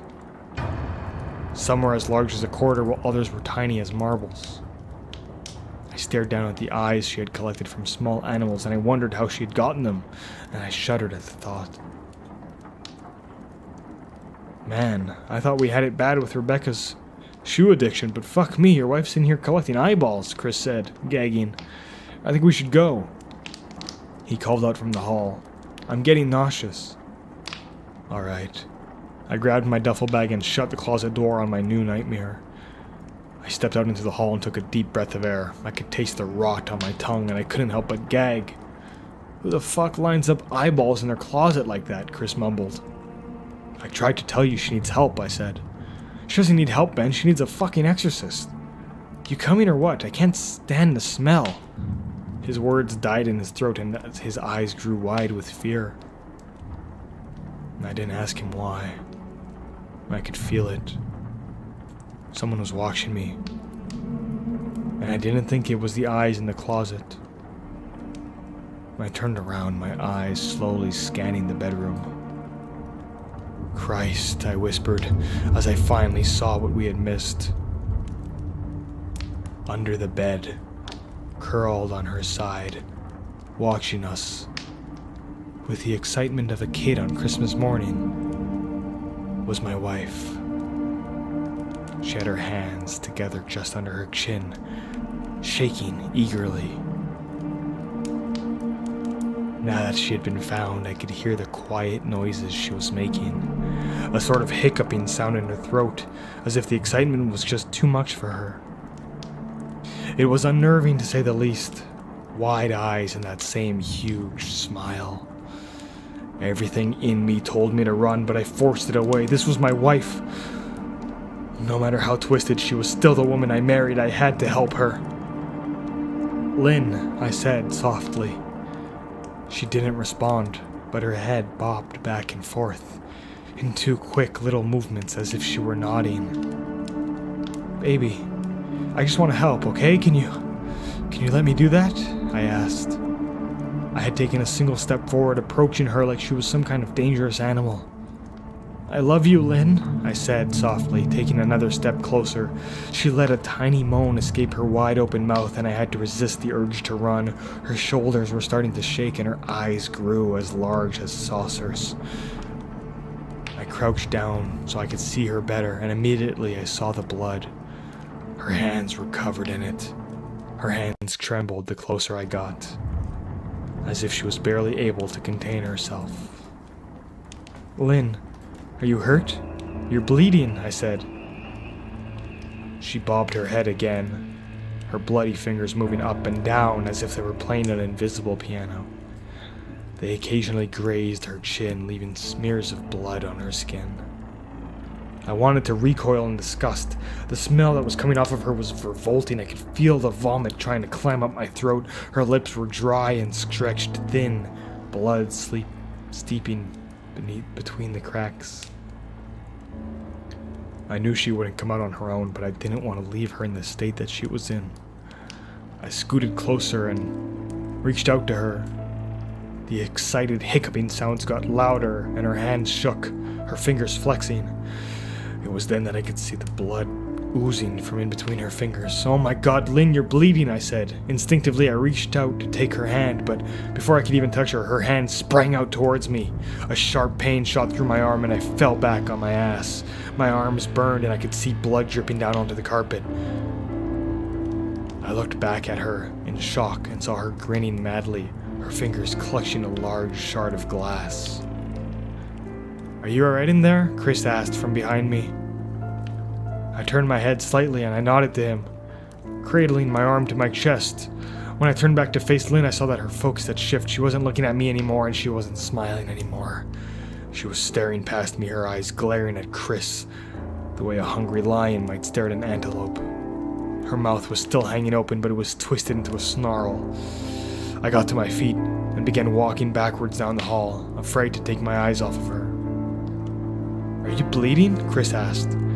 The moment the words left his mouth, Lynn started fast scooting out from under the bed, the glass shard still in her hand. Chris, run! Go! I yelled. He must have been too afraid to move because a second later I felt my back bump into him.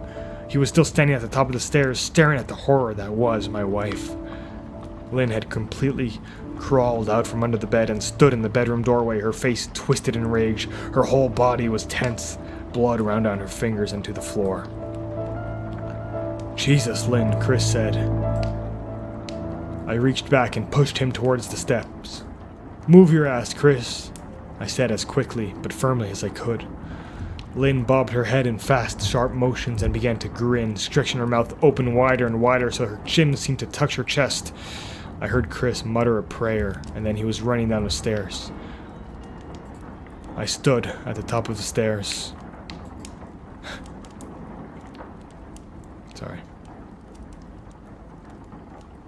I stood at the top of the stairs, stuck between the love for a woman who clearly needed serious help and my own feeling of self-preservation.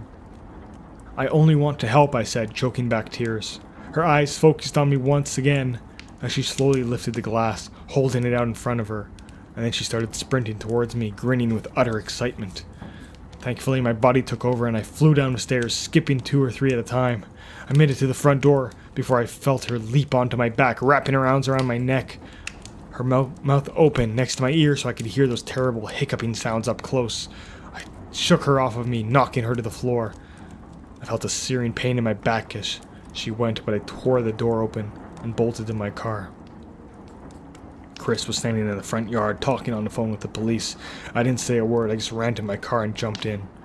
Chris took the hint and followed me, still on the line with 911. I watched the rearview mirror. Sure, she had been in there, running after us. I went straight to the ER and got 11 stitches in my arm and 3 in my back. The police asked a lot of questions and went back to the house to do a search, but Lynn wasn't there. They advised me to stay with a friend or a relative for a while to file a restraining order as soon as I could, but none of that matters. Somehow I just knew none of it would matter. I dropped Chris off at home and went to a motel an hour away. I wanted to put as much distance between me and Lynn as I could. And that's where I've been for the past 4 hours. I thought maybe the police would find her. Maybe they'd get her the help she desperately needs. I don't know. I don't think so. Because 40 minutes ago I got a text from an unknown number. Just 3 words. I found you. And a picture was attached. The picture was dark and grainy, but I instantly knew what it was. It was my wife's eye. I don't know what to do. I'm alone and scared, and I can't help feeling that I'm still being watched.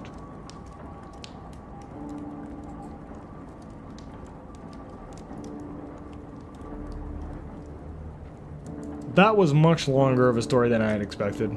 I'm sorry that took so long to get through.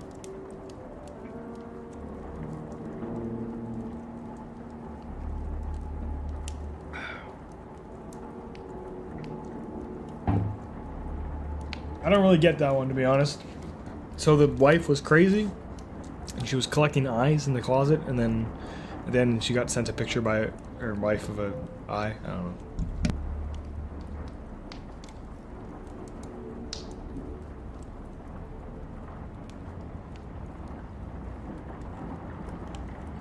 We're gonna do one last,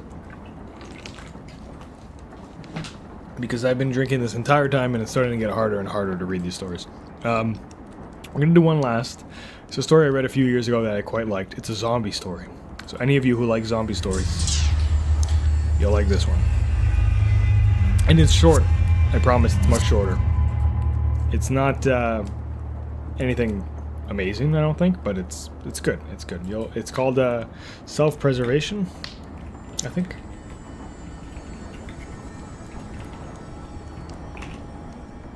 See if I can find it. Yeah. Hold on, I'll find it. Give me a second.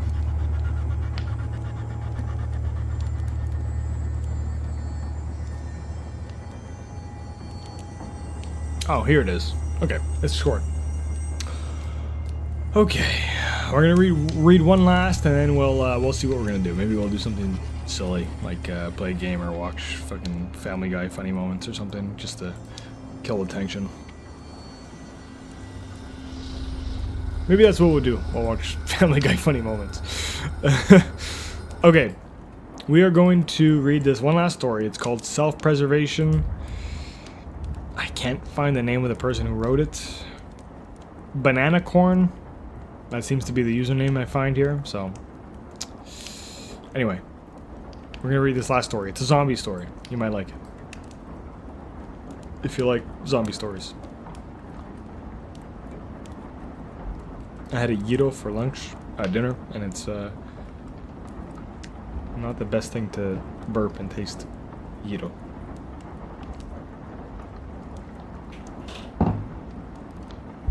Greek food. All right.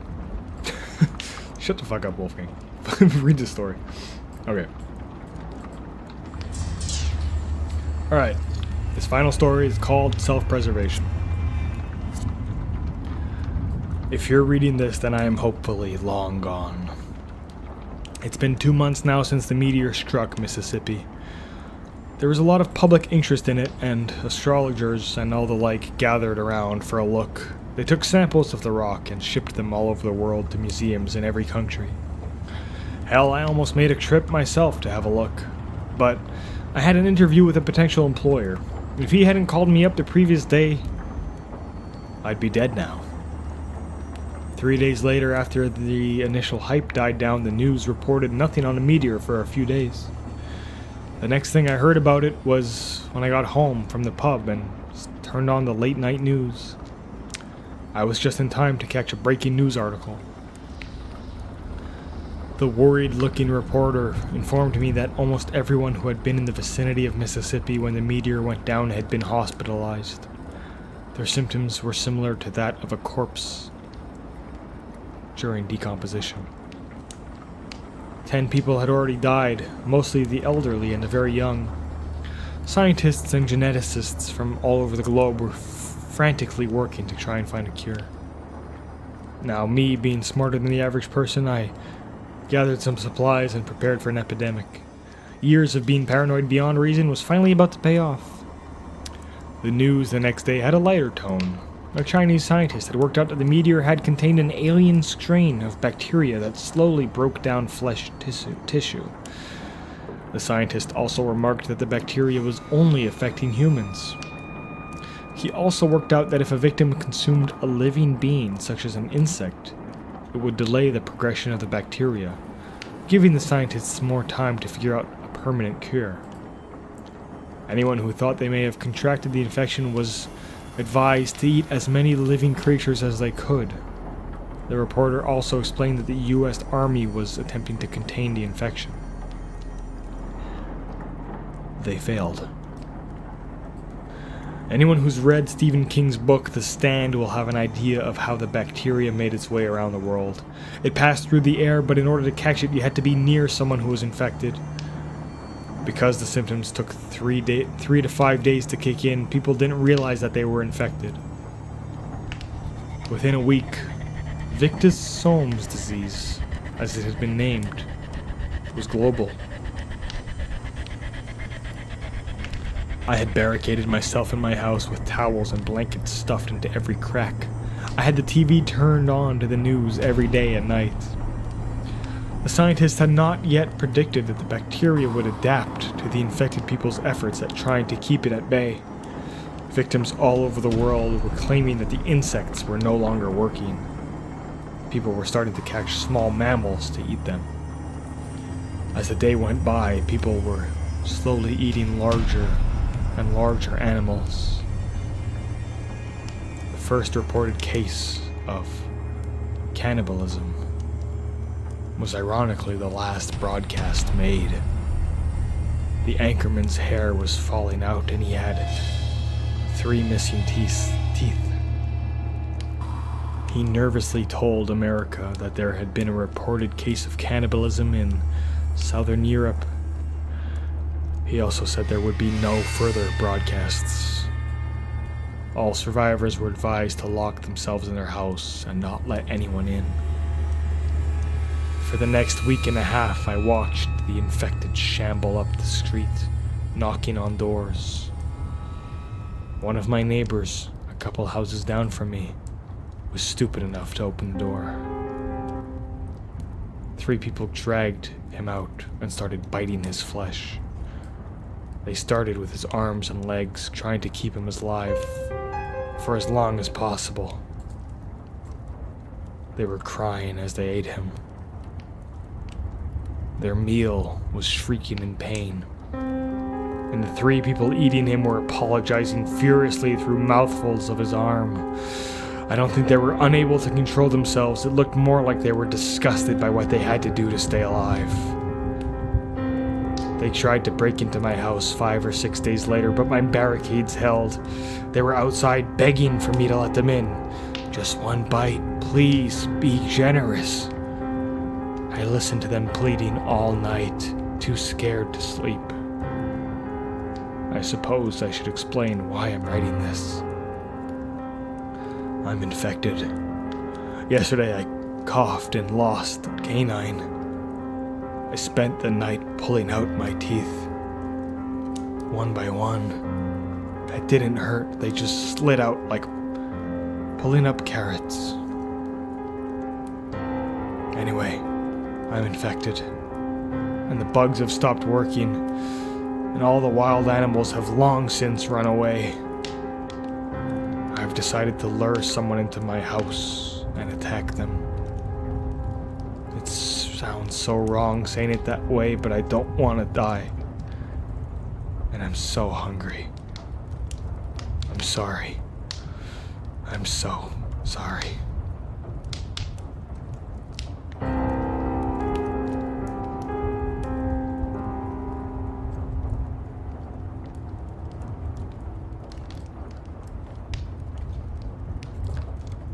And that is it for our scary story night, ladies and gentlemen. That is the last story of the night.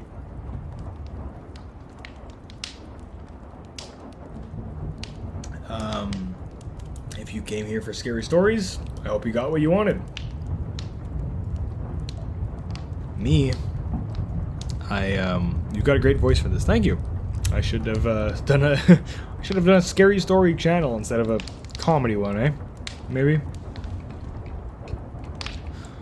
I don't know. I've always loved scary stories. I used to listen to them all the time. That's one of the ones that I listened to when I was younger, and I had a phase of listening to creepypastas. Why not both? I don't know. There's so many channels out there that read scary stories. It's like overdone.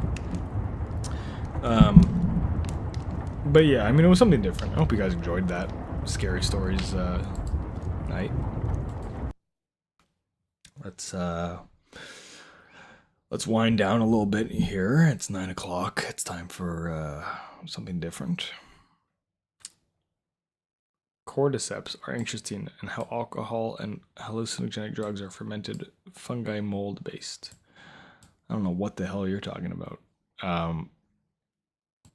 Yeah, that story was basically about zombies. I thought that story was interesting because it's like, instead of zombies, it's just people who get infected with a disease that makes them rot, and then the advice for them is to eat living animals, and that keeps them alive.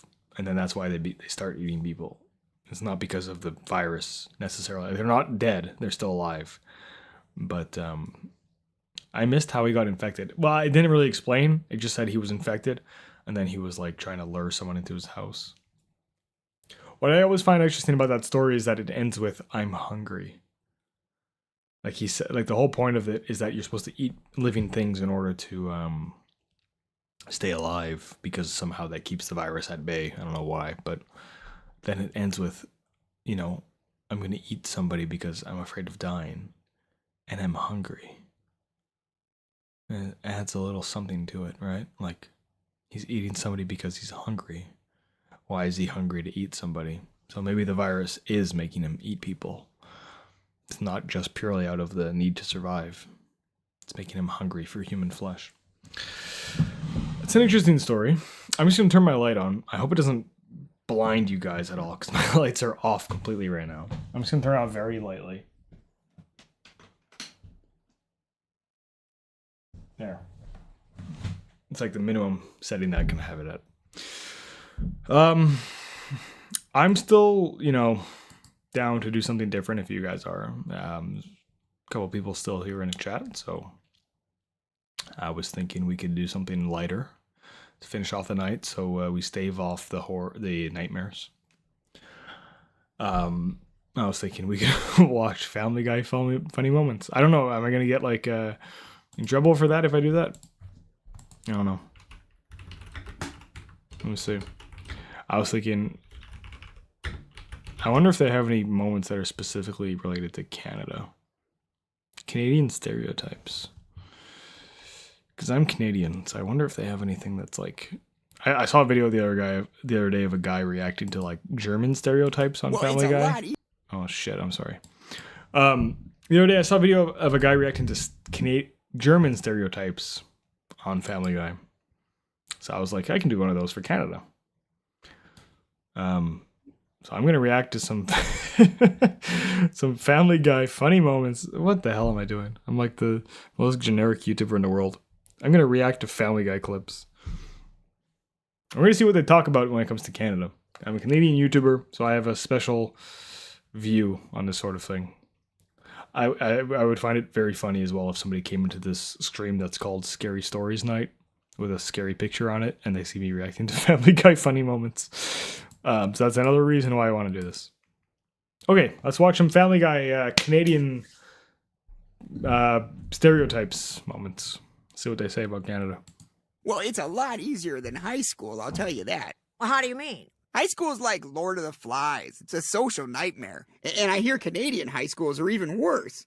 Well, well, look who matriculated to grade 9. Someone wants to get into university. Hey guys, I'm sorry. Well, you're gonna be sorry when we put you in the hospital for free, eh? Alright, I've seen that clip before. I don't really get that one, to be honest. I mean, I get we're letting you into high school. We're letting you into the hospital for free. Canada has free healthcare. Haha, very funny. So does the rest of the world. But, oh shit, The Simpsons Nevermore with the Raven. That was a really good episode. You're right. We started off good point there, Brutal. Because we started off with the Raven as the first story. And that was a really good... I don't know if the clip is on YouTube. Because it's like a whole 10 minutes of The Simpsons. I don't know if it would be allowed on YouTube. But if it is, that would be a really good... 4 minutes? Was it really 4 minutes long?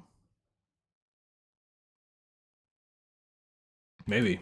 Okay, well, let's watch this. Because we did read The Raven as the first story, so... I feel like it could be interesting. Let's try that. I love the old Simpsons episodes, like just the 1990s, 1980s even. I don't know how early this is, but just like the sound. You can hear like how old it is. And all the hand animation. What is this? Warning. Content. Okay, I'm getting like some warning about having content that's like copyrighted. as I'm streaming this, sorry. I don't really know what they want from me in this scenario. So how messed up is it that they can just watch my, like, I'm streaming this live and they're like immediately know that I'm watching The Simpsons and it's copyright material. Like, how messed up is that? All right, here's what I'm gonna do. I'm gonna pause it. I'm gonna talk about the video that's playing. Whoa! The Simpsons! Whoa! The Simpsons! Oh my god, that's crazy! It's crazy because like there's so many channels that are just pure reaction channels. Like they literally just stream themselves watching YouTube content. And it's like hours and hours of just sitting there watching videos on YouTube. And then it's like I play 4 minutes of a Simpsons episode as a commentary to my 3-hour stream that I've been doing. And it's like, actually, that's copyrighted content. You're gonna get in trouble. It's like, really? Can you fuck off for 5 minutes, please? What are you drinking, Wolfgang? Oh, thank you for asking. It's a whiskey with Canada Dry ginger ale and some maraschino cherries.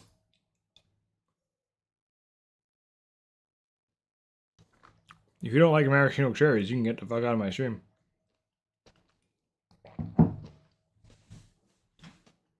All right. Back to the video. So yeah, I read this story. This is the first story I read tonight. It's where there's a guy he's lost his love and there's a raven. And in this case, it's Homer Simpson. And his wife, Marge, is the lost Lenore. And we're going to see what happens. They did a much better job narrating it than I did. Hey Spider Cola, how you doing? You're jumping in at a weird moment because this is a spooky story stream, and we're currently watching a Simpsons version of a story that I read. So sorry to say you joined at an odd moment. But yeah, as I was saying, they did a really good job with this. Just the way that he starts screaming at the Raven in like that classic Homer Simpson voice. Really good. Oh, come on. It ends right before the best part. Are you kidding me? Hold on. That's not my fault. The video just ends. What? The video just ends like that? Are you kidding me? Hold on. I'll find a... Sorry, that was... Why did it end just like that? The Raven. Hold on. Once a Hold on. Okay, I think it's here. Still is sitting. Good story. Makes little sense in modern English, but as you, if you analyze it and read it in modern view, it makes a lot of sense. That's very interesting. It's not really a horror story, to be honest. It's more of a story of a guy who's just going crazy because he lost his love, and a raven comes in and starts saying the word "nevermore," and he takes that as meaning that he'll never see his love again. And Edgar Allan Poe wrote a lot of stories that were just basically people going crazy, so makes sense. What if we watch scary videos? Can we find some? What is this? Your stream has been... Oh my god, what is this? Error. Sorry, I'm getting like an error now because I watched a Simpsons video. Error. Your stream has been... Stream has been what? Temporarily blocked. Because we detected video belonging to someone else. Ah, can you fuck off? Seriously?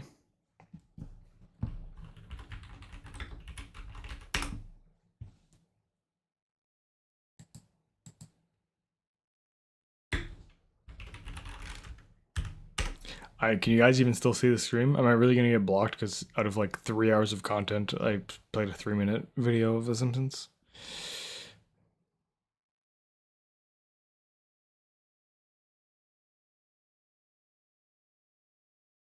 Okay, we're gonna watch 3 scary... I don't know if Family Guy was okay or not. I'm not gonna risk it, to be honest. We're gonna watch 6 scary ghost videos, too disturbing to watch alone. What do you mean your stream has been temporarily blocked? Like, what?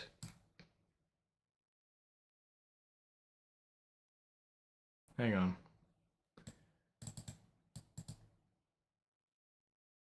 It's giving me some weird notice. It doesn't really help me at all. Like, exempt your channel from ID claims. Yeah, I can't do that. Apparently I don't have enough subscribers to be like using content that belongs to somebody else. Welcome to Fearsome Top 5. Today we're taking a look at 6... I don't want to have a the YouTuber voice guy. Come on. Can we just have a video where it's like nobody talking? Welcome to today's top 10 scariest moments. Number 10, the ghost caught in the hallway. Can I just have like the videos without the fucking YouTuber voice? Scary videos caught on camera that will shock you. This horrific video. Oh,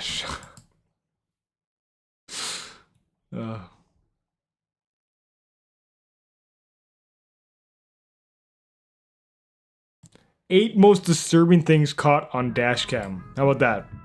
Sound good? Let's watch that.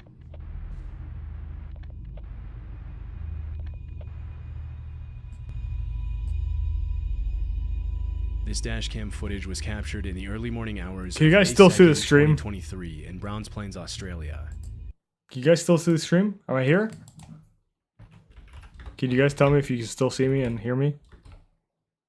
Because like I watched a 3-minute Simpsons clip and YouTube freaked out and banned my whole thing. I was streaming for like 3 hours. Okay, look, I'm not... Okay, I don't want to rant. I'm already like tipsy from drinking the entire time, but I don't want to rant. Should I rant? Yes or no? Should I do a poll? Should I rant? Like, I was streaming for 3... My wife says no. I was streaming for 3 hours. My own content, reading scary stories that I didn't write, so I guess not technically my own content, but, you know, working hard, entertaining people for 3 hours. I watched 3 minutes of a Simpsons clip, and it bans my stream for everybody who's watching.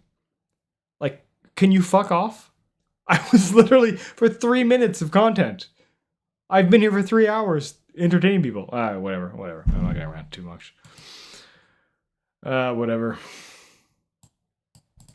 Let's just watch this video. Stupid video. Welcome to Top 10 Scariest Moments. Through a series of roundabouts before continuing on a straight road. Everything seems calm at first, but just 10 seconds into the video, something pretty messed up was caught by the driver's dash cam. Uh-oh. What's he gonna find? What's he gonna be? Is it gonna be a ghost? Or an alien? Or a... Oh, a person.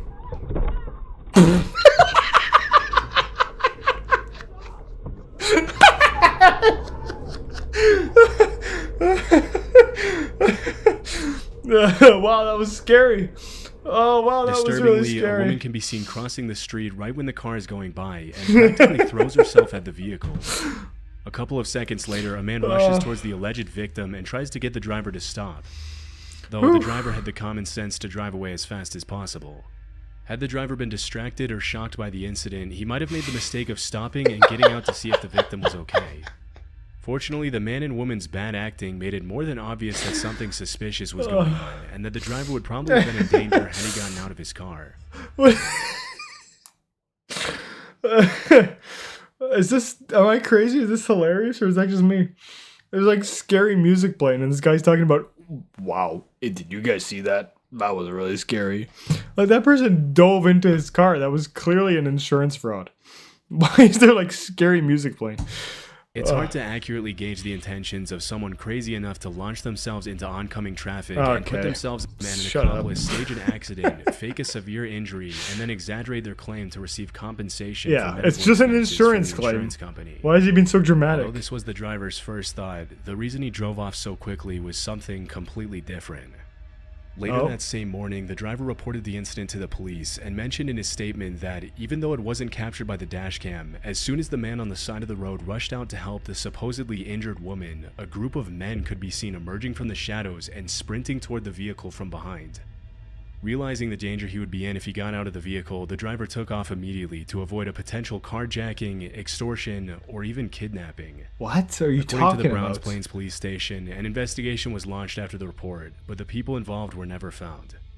It's unknown what would have happened to the driver had he gotten out of his car to assess the you've played the same clip like 16 times. I get it. Caption of the video, the uploader explained, oh my god, but swerved had made a next intersection. Okay, let's see this next video. I wonder if it's gonna be the same fucking thing. Stopped right in front of him with their left turn signal still flashing, and this is where things take a darker turn.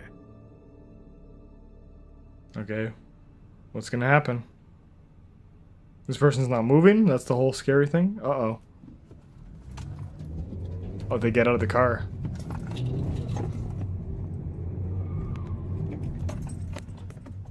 Oh, they're shooting at the car. Damn. Okay, that's scary.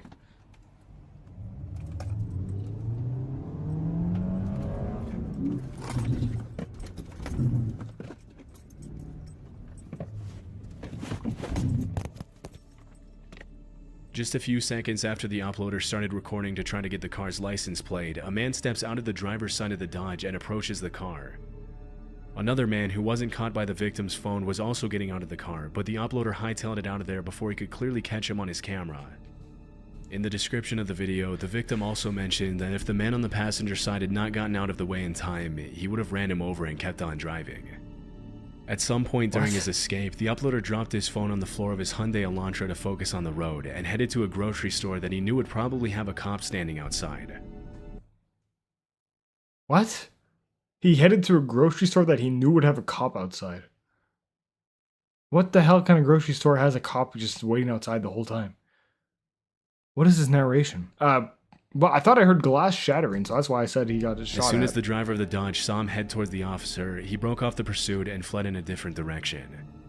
Because of the uploader's well-timed reaction and quick thinking, we'll likely never know what the two men had planned for him that night.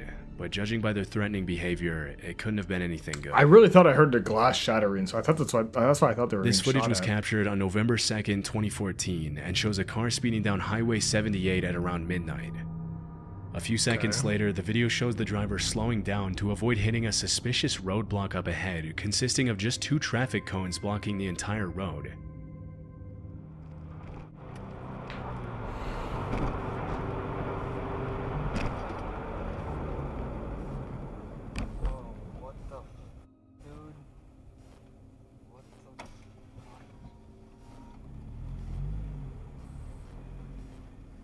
As the driver brings his car to a stop, his headlights eerily catch the lower half of a man's body walking suspiciously towards his vehicle. When he tries to drive through the cones, the man stands in his way, blocking the car's path. Sensing something is off, the driver immediately calls... This video sucks. It's just a bunch of like insurance fraud. I want to see scary like ghost videos. Fishing encounters. What is this? The scariest fishing encounters. Oh my god, I caught a really big fish. That's terrifying. Oh fuck. Scariest ghost. Scariest camping encounters ever caught on camera. No.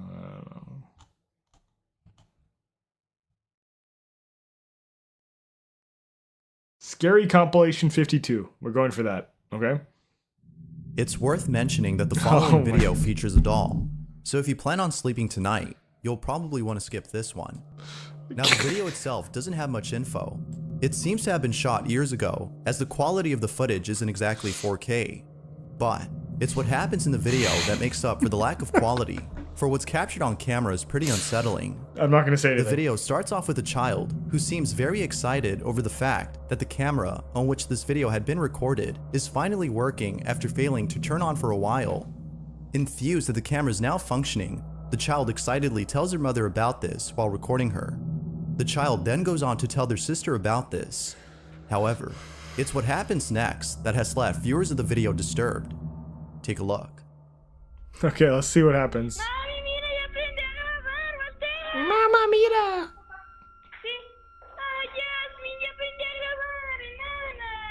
Oh, there's a cat. That's scary. Okay. Turn around.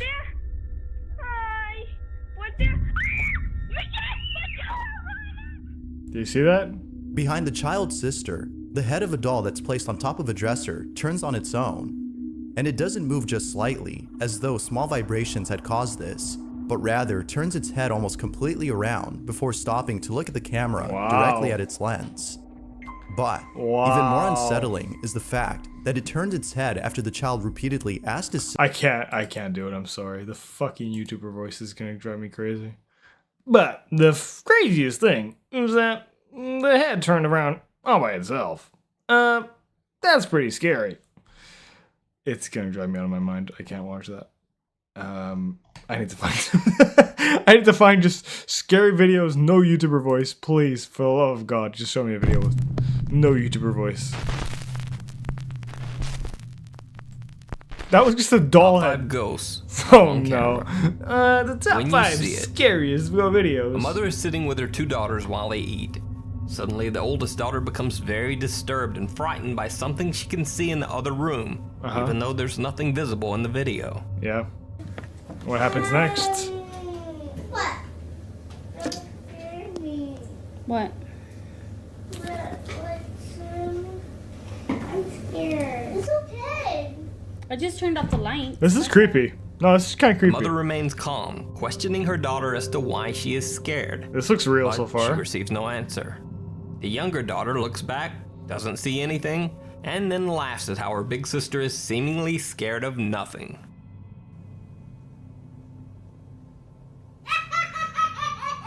That's scary. What was that? I was a kid laughing like that. I don't like that. Kids. This is creepy. What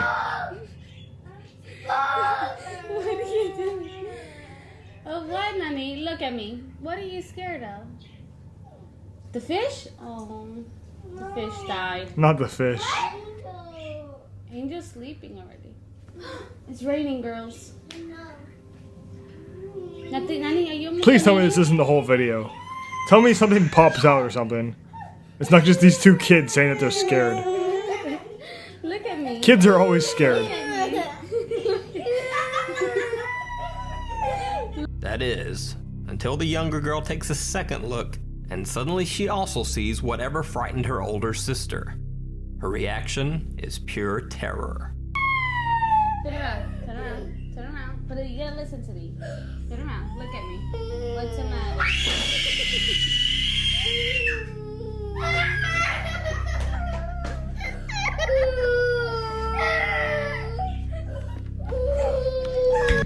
If I ever have a child and it screams into the darkness at nothing, I am running out of the house as fast as possible. Fuck the kid.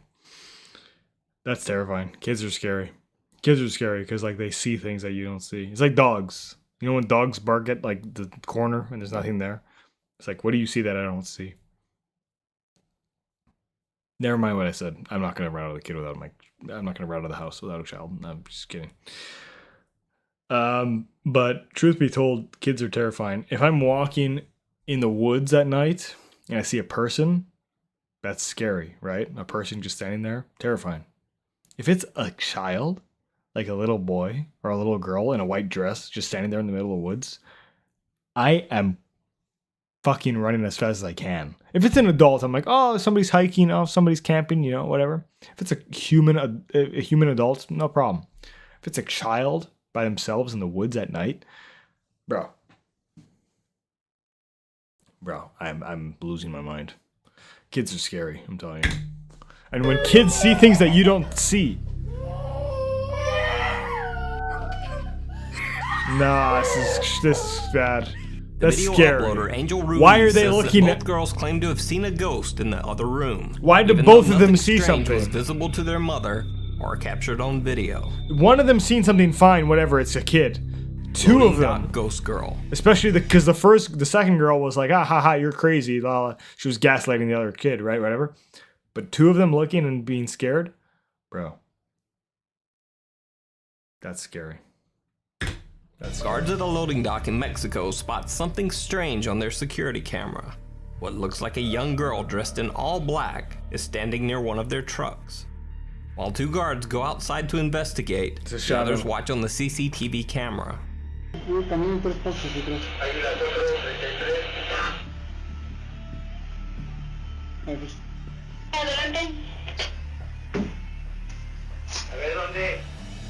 Adelante. Caminen hacia atrás 3 pasos. What is it? Exactamente está a su espalda y ustedes ahí me ven.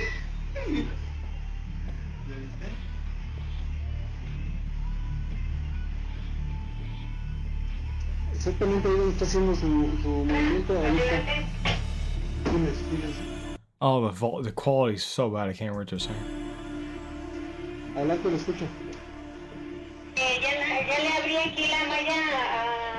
So the guards are, the person on the camera is asking them, like, move to the left or move to the right or whatever, like there's something there. And then the people in the video are doing it and they're not seeing it.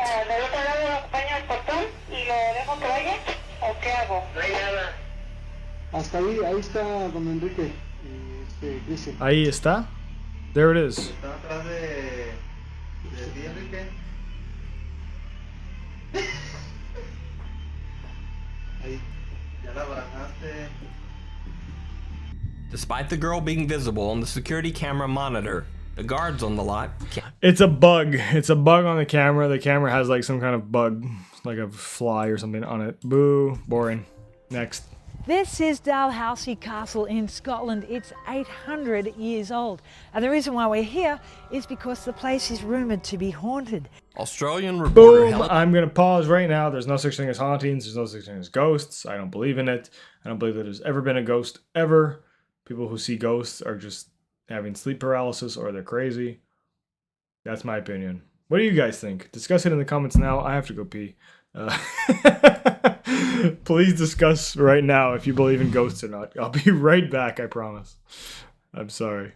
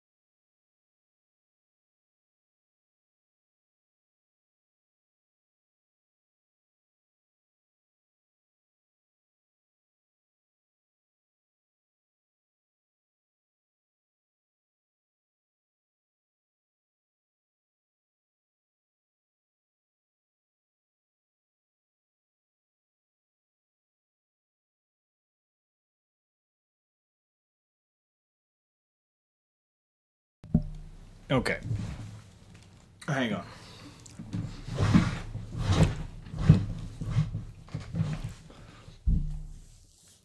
What on earth are you talking about? What's happening in the chat? My goodness, you guys are chatting a lot. That's good, but...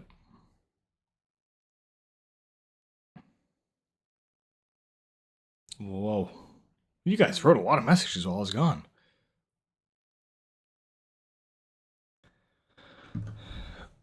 She's like, okay, blah, blah, blah, yeah. Oh, no, wait, sorry. I'm just scrolling way too far.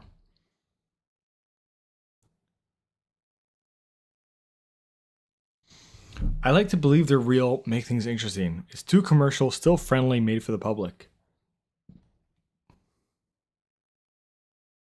There's only 3 viewers. Actually, it's 4 right now. So, hello, Wolfgang. Early gang here. Sick. Welcome, Lemonade. You were definitely early. We definitely didn't read all the stories that we had for the night, and now we're watching these shitty YouTube videos to make up for the fact that I have no more stories. And that I'm drunk, so now I can't read any more stories anyway, even if I wanted to. I mean, if you have scary stories to recommend, I'll read them, but for right now, we're just watching scary YouTube videos. And the videos on YouTube are not of the highest caliber. They're usually just top 10 videos. Top 10 scariest moments. Number 10, ghost video. And it's very fake.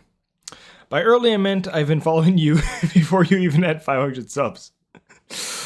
Wow, really shot myself in the foot with that one. Thank you for being here so early. 500 subs. Jeez, when did I have that? Must have been over 2 years ago at this point, no? I think I passed 1,000 subs like a year ago, ish. Maybe a bit more, maybe actually a bit less. So, have you ever read Scary Stories to Tell in the Dark? That's isn't that by the guy who wrote Goosebumps? R.L. Stein, or is that a different guy? Lemonade, thank you for being here since 500 subs. I don't know what video you saw me from that made you subscribe, but I'd love to know if you remember, because I can't even remember when I had 500 subs. I'm almost at 2,000 now. I'm at like 1,750. So it's going up pretty fast, but I'm pretty slow at uploading nowadays. So unfortunately, I think it's going to take a while, but we'll see. The poll is still going, I see. I'm going to end that because we read all those stories already. So let's watch some scary videos, see what's going on. Parker never believed in ghosts. That is, until the journalist That's scary. What is this lady doing? What the hell are you doing? What is that? Why are you making that face?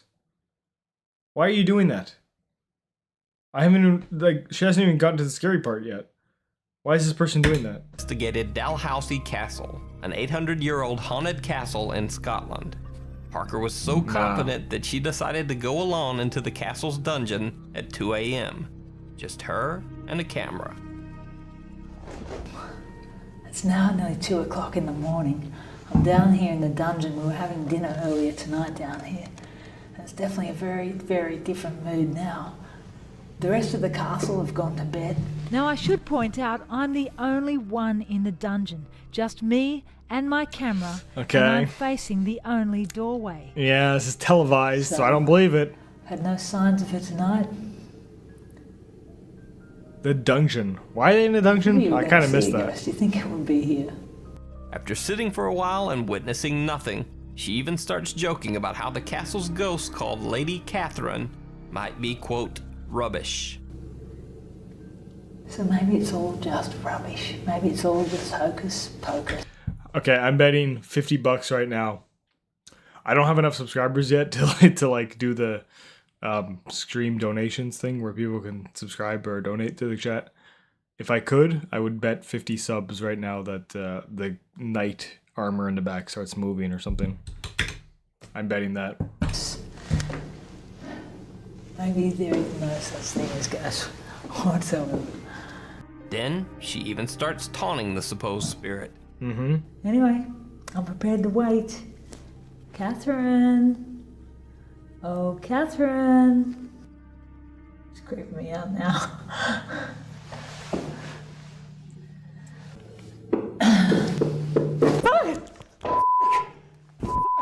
Okay, I get it. I'm going. What? I'm going. What happened? I'm going. Okay, Catherine, I get it. What do you mean? What happened?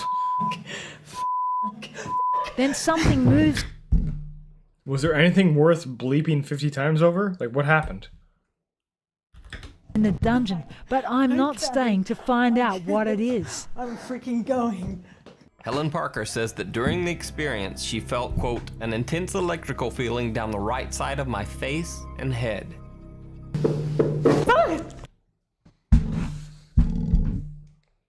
Bro. It wasn't even something visible on camera. She felt a feeling. Like, really? That's what I'm supposed to be scared of? That a person felt something that I can't even see? She felt a scary feeling running down her spine. Scared. The follower. While a man was vacationing in the Rocky Mountains, his girlfriend zoomed in and snapped an iPhone live photo of him. For those who don't know, an iPhone live photo basically captures a 3-second video along with the normal photo. Later, when they were reviewing their pictures, they found something very odd. Even though they were all alone in the wilderness that day, someone appeared to be watching the man from the field behind him. On first glance, it looks like someone standing in tall grass. But as this shot shows, the grass in that area is not that tall. So on second look at the photo, it almost appears as if the person was actually hiding in the grass. But the iPhone live photo 3-second video shows something very different. It almost looks like someone walking, even though half of the person's body would be beneath the ground. When the video is motion stabilized, it looks even creepier. Okay. I mean, now we're talking about technology, like iPhone live video. I can see how that would be just a glitch of the video. Definitely does look like a person, like a child. But why would there be a child hiding in the grass? I guess it would be a ghost at that point, but... That's it? That's the whole thing? Okay, that's the whole thing. YouTube user bscotty321 was suspicious that his little sister was playing with his food every time he left the room. So he set up a camera to catch her. What kind of premise is that? Sure enough, she was playing with his food. What? But she also seemed to be talking to someone who wasn't there. Okay, immediately anything with kids, I'm terrified. Kids are scary. Again, kids see things that adults don't see, and they hear things. I don't know. I'm scared. I go poo-poo. Kid just said poo-poo. I go poo-poo. Kid said I go poo-poo. I go poo-poo. She said poo-poo.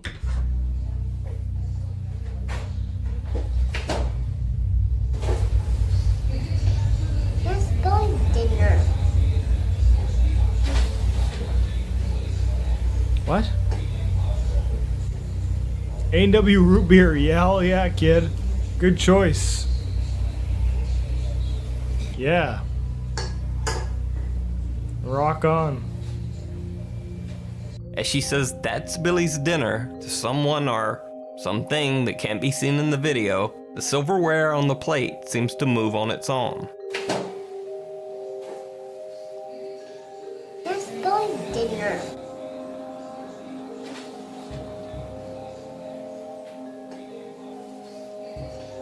Let's go to dinner. That's it. Thanks for watching. Look. I think that was just somebody who had a string attached to the fork that did that and told the kid, like, hey, pretend that you're talking about a ghost or something like that. I don't know, man. I don't believe any of it. If a ghost was really real, would it really do that? Would it use all its power to move a fork? Like 1 inch? Is that really what a ghost would bother doing with its time? I don't think so. I think ghosts would have more important things to do, like haunting people. Can I do this? Ghost is eating. The ghost was hungry and decided to eat. Look, I would continue this stream and do something else, like, I don't know, play a video game or something, but it's getting late, and we're down to 3 viewers now, so I think I'm just going to cut it here, and thank you all for joining, especially y'all who have been here the whole time. I don't know if anybody's been here since the beginning, but if you have, that's really great of you. Thank you for joining. Thank you, Brutal Death, for joining. You've been here for a long time. I really appreciate you sticking around, enjoying some of the stories tonight. Izzy, of course, thank you for being here the entire time. And anybody else who's been here dropping in to watch the stream, I appreciate it. Make sure to leave a like on the stream. I'm going to leave it live so anybody can watch it later on. So if you press the like button, it helps it get out to more people. And make sure you're subscribed if you're not already. It's been a lot of fun. And that's it. I hope you guys have a good night. Don't have any nightmares. These stories were pretty scary. Some of them. Those videos at the end were kind of whatever. But some of the stories, I gotta admit, were pretty creepy. Yeah. The one about the wife peeking at him from around the corners and stuff was pretty creepy. Love you, Wolf. I love you too, man. I appreciate you. And man or woman, actually, I'm not entirely sure. I haven't asked you that yet. But whatever you are, I love you. I appreciate you for coming around. And soon enough, we will have another stream. Hope to see you there. And I just hope you guys have a great night, a great weekend, great week. Yeah, it's awesome having you guys around. Before I get to Flanders, Belgium. I don't know what to make of that message, I gotta say. Flanders Fields, great poem. Belgium, great country. But together, those words don't mean anything to me. The stream will be available on a VOD later on, so if anybody wants to watch it then, feel free. But yeah. That's it for tonight. Thank you for coming around and watching. All the best to you.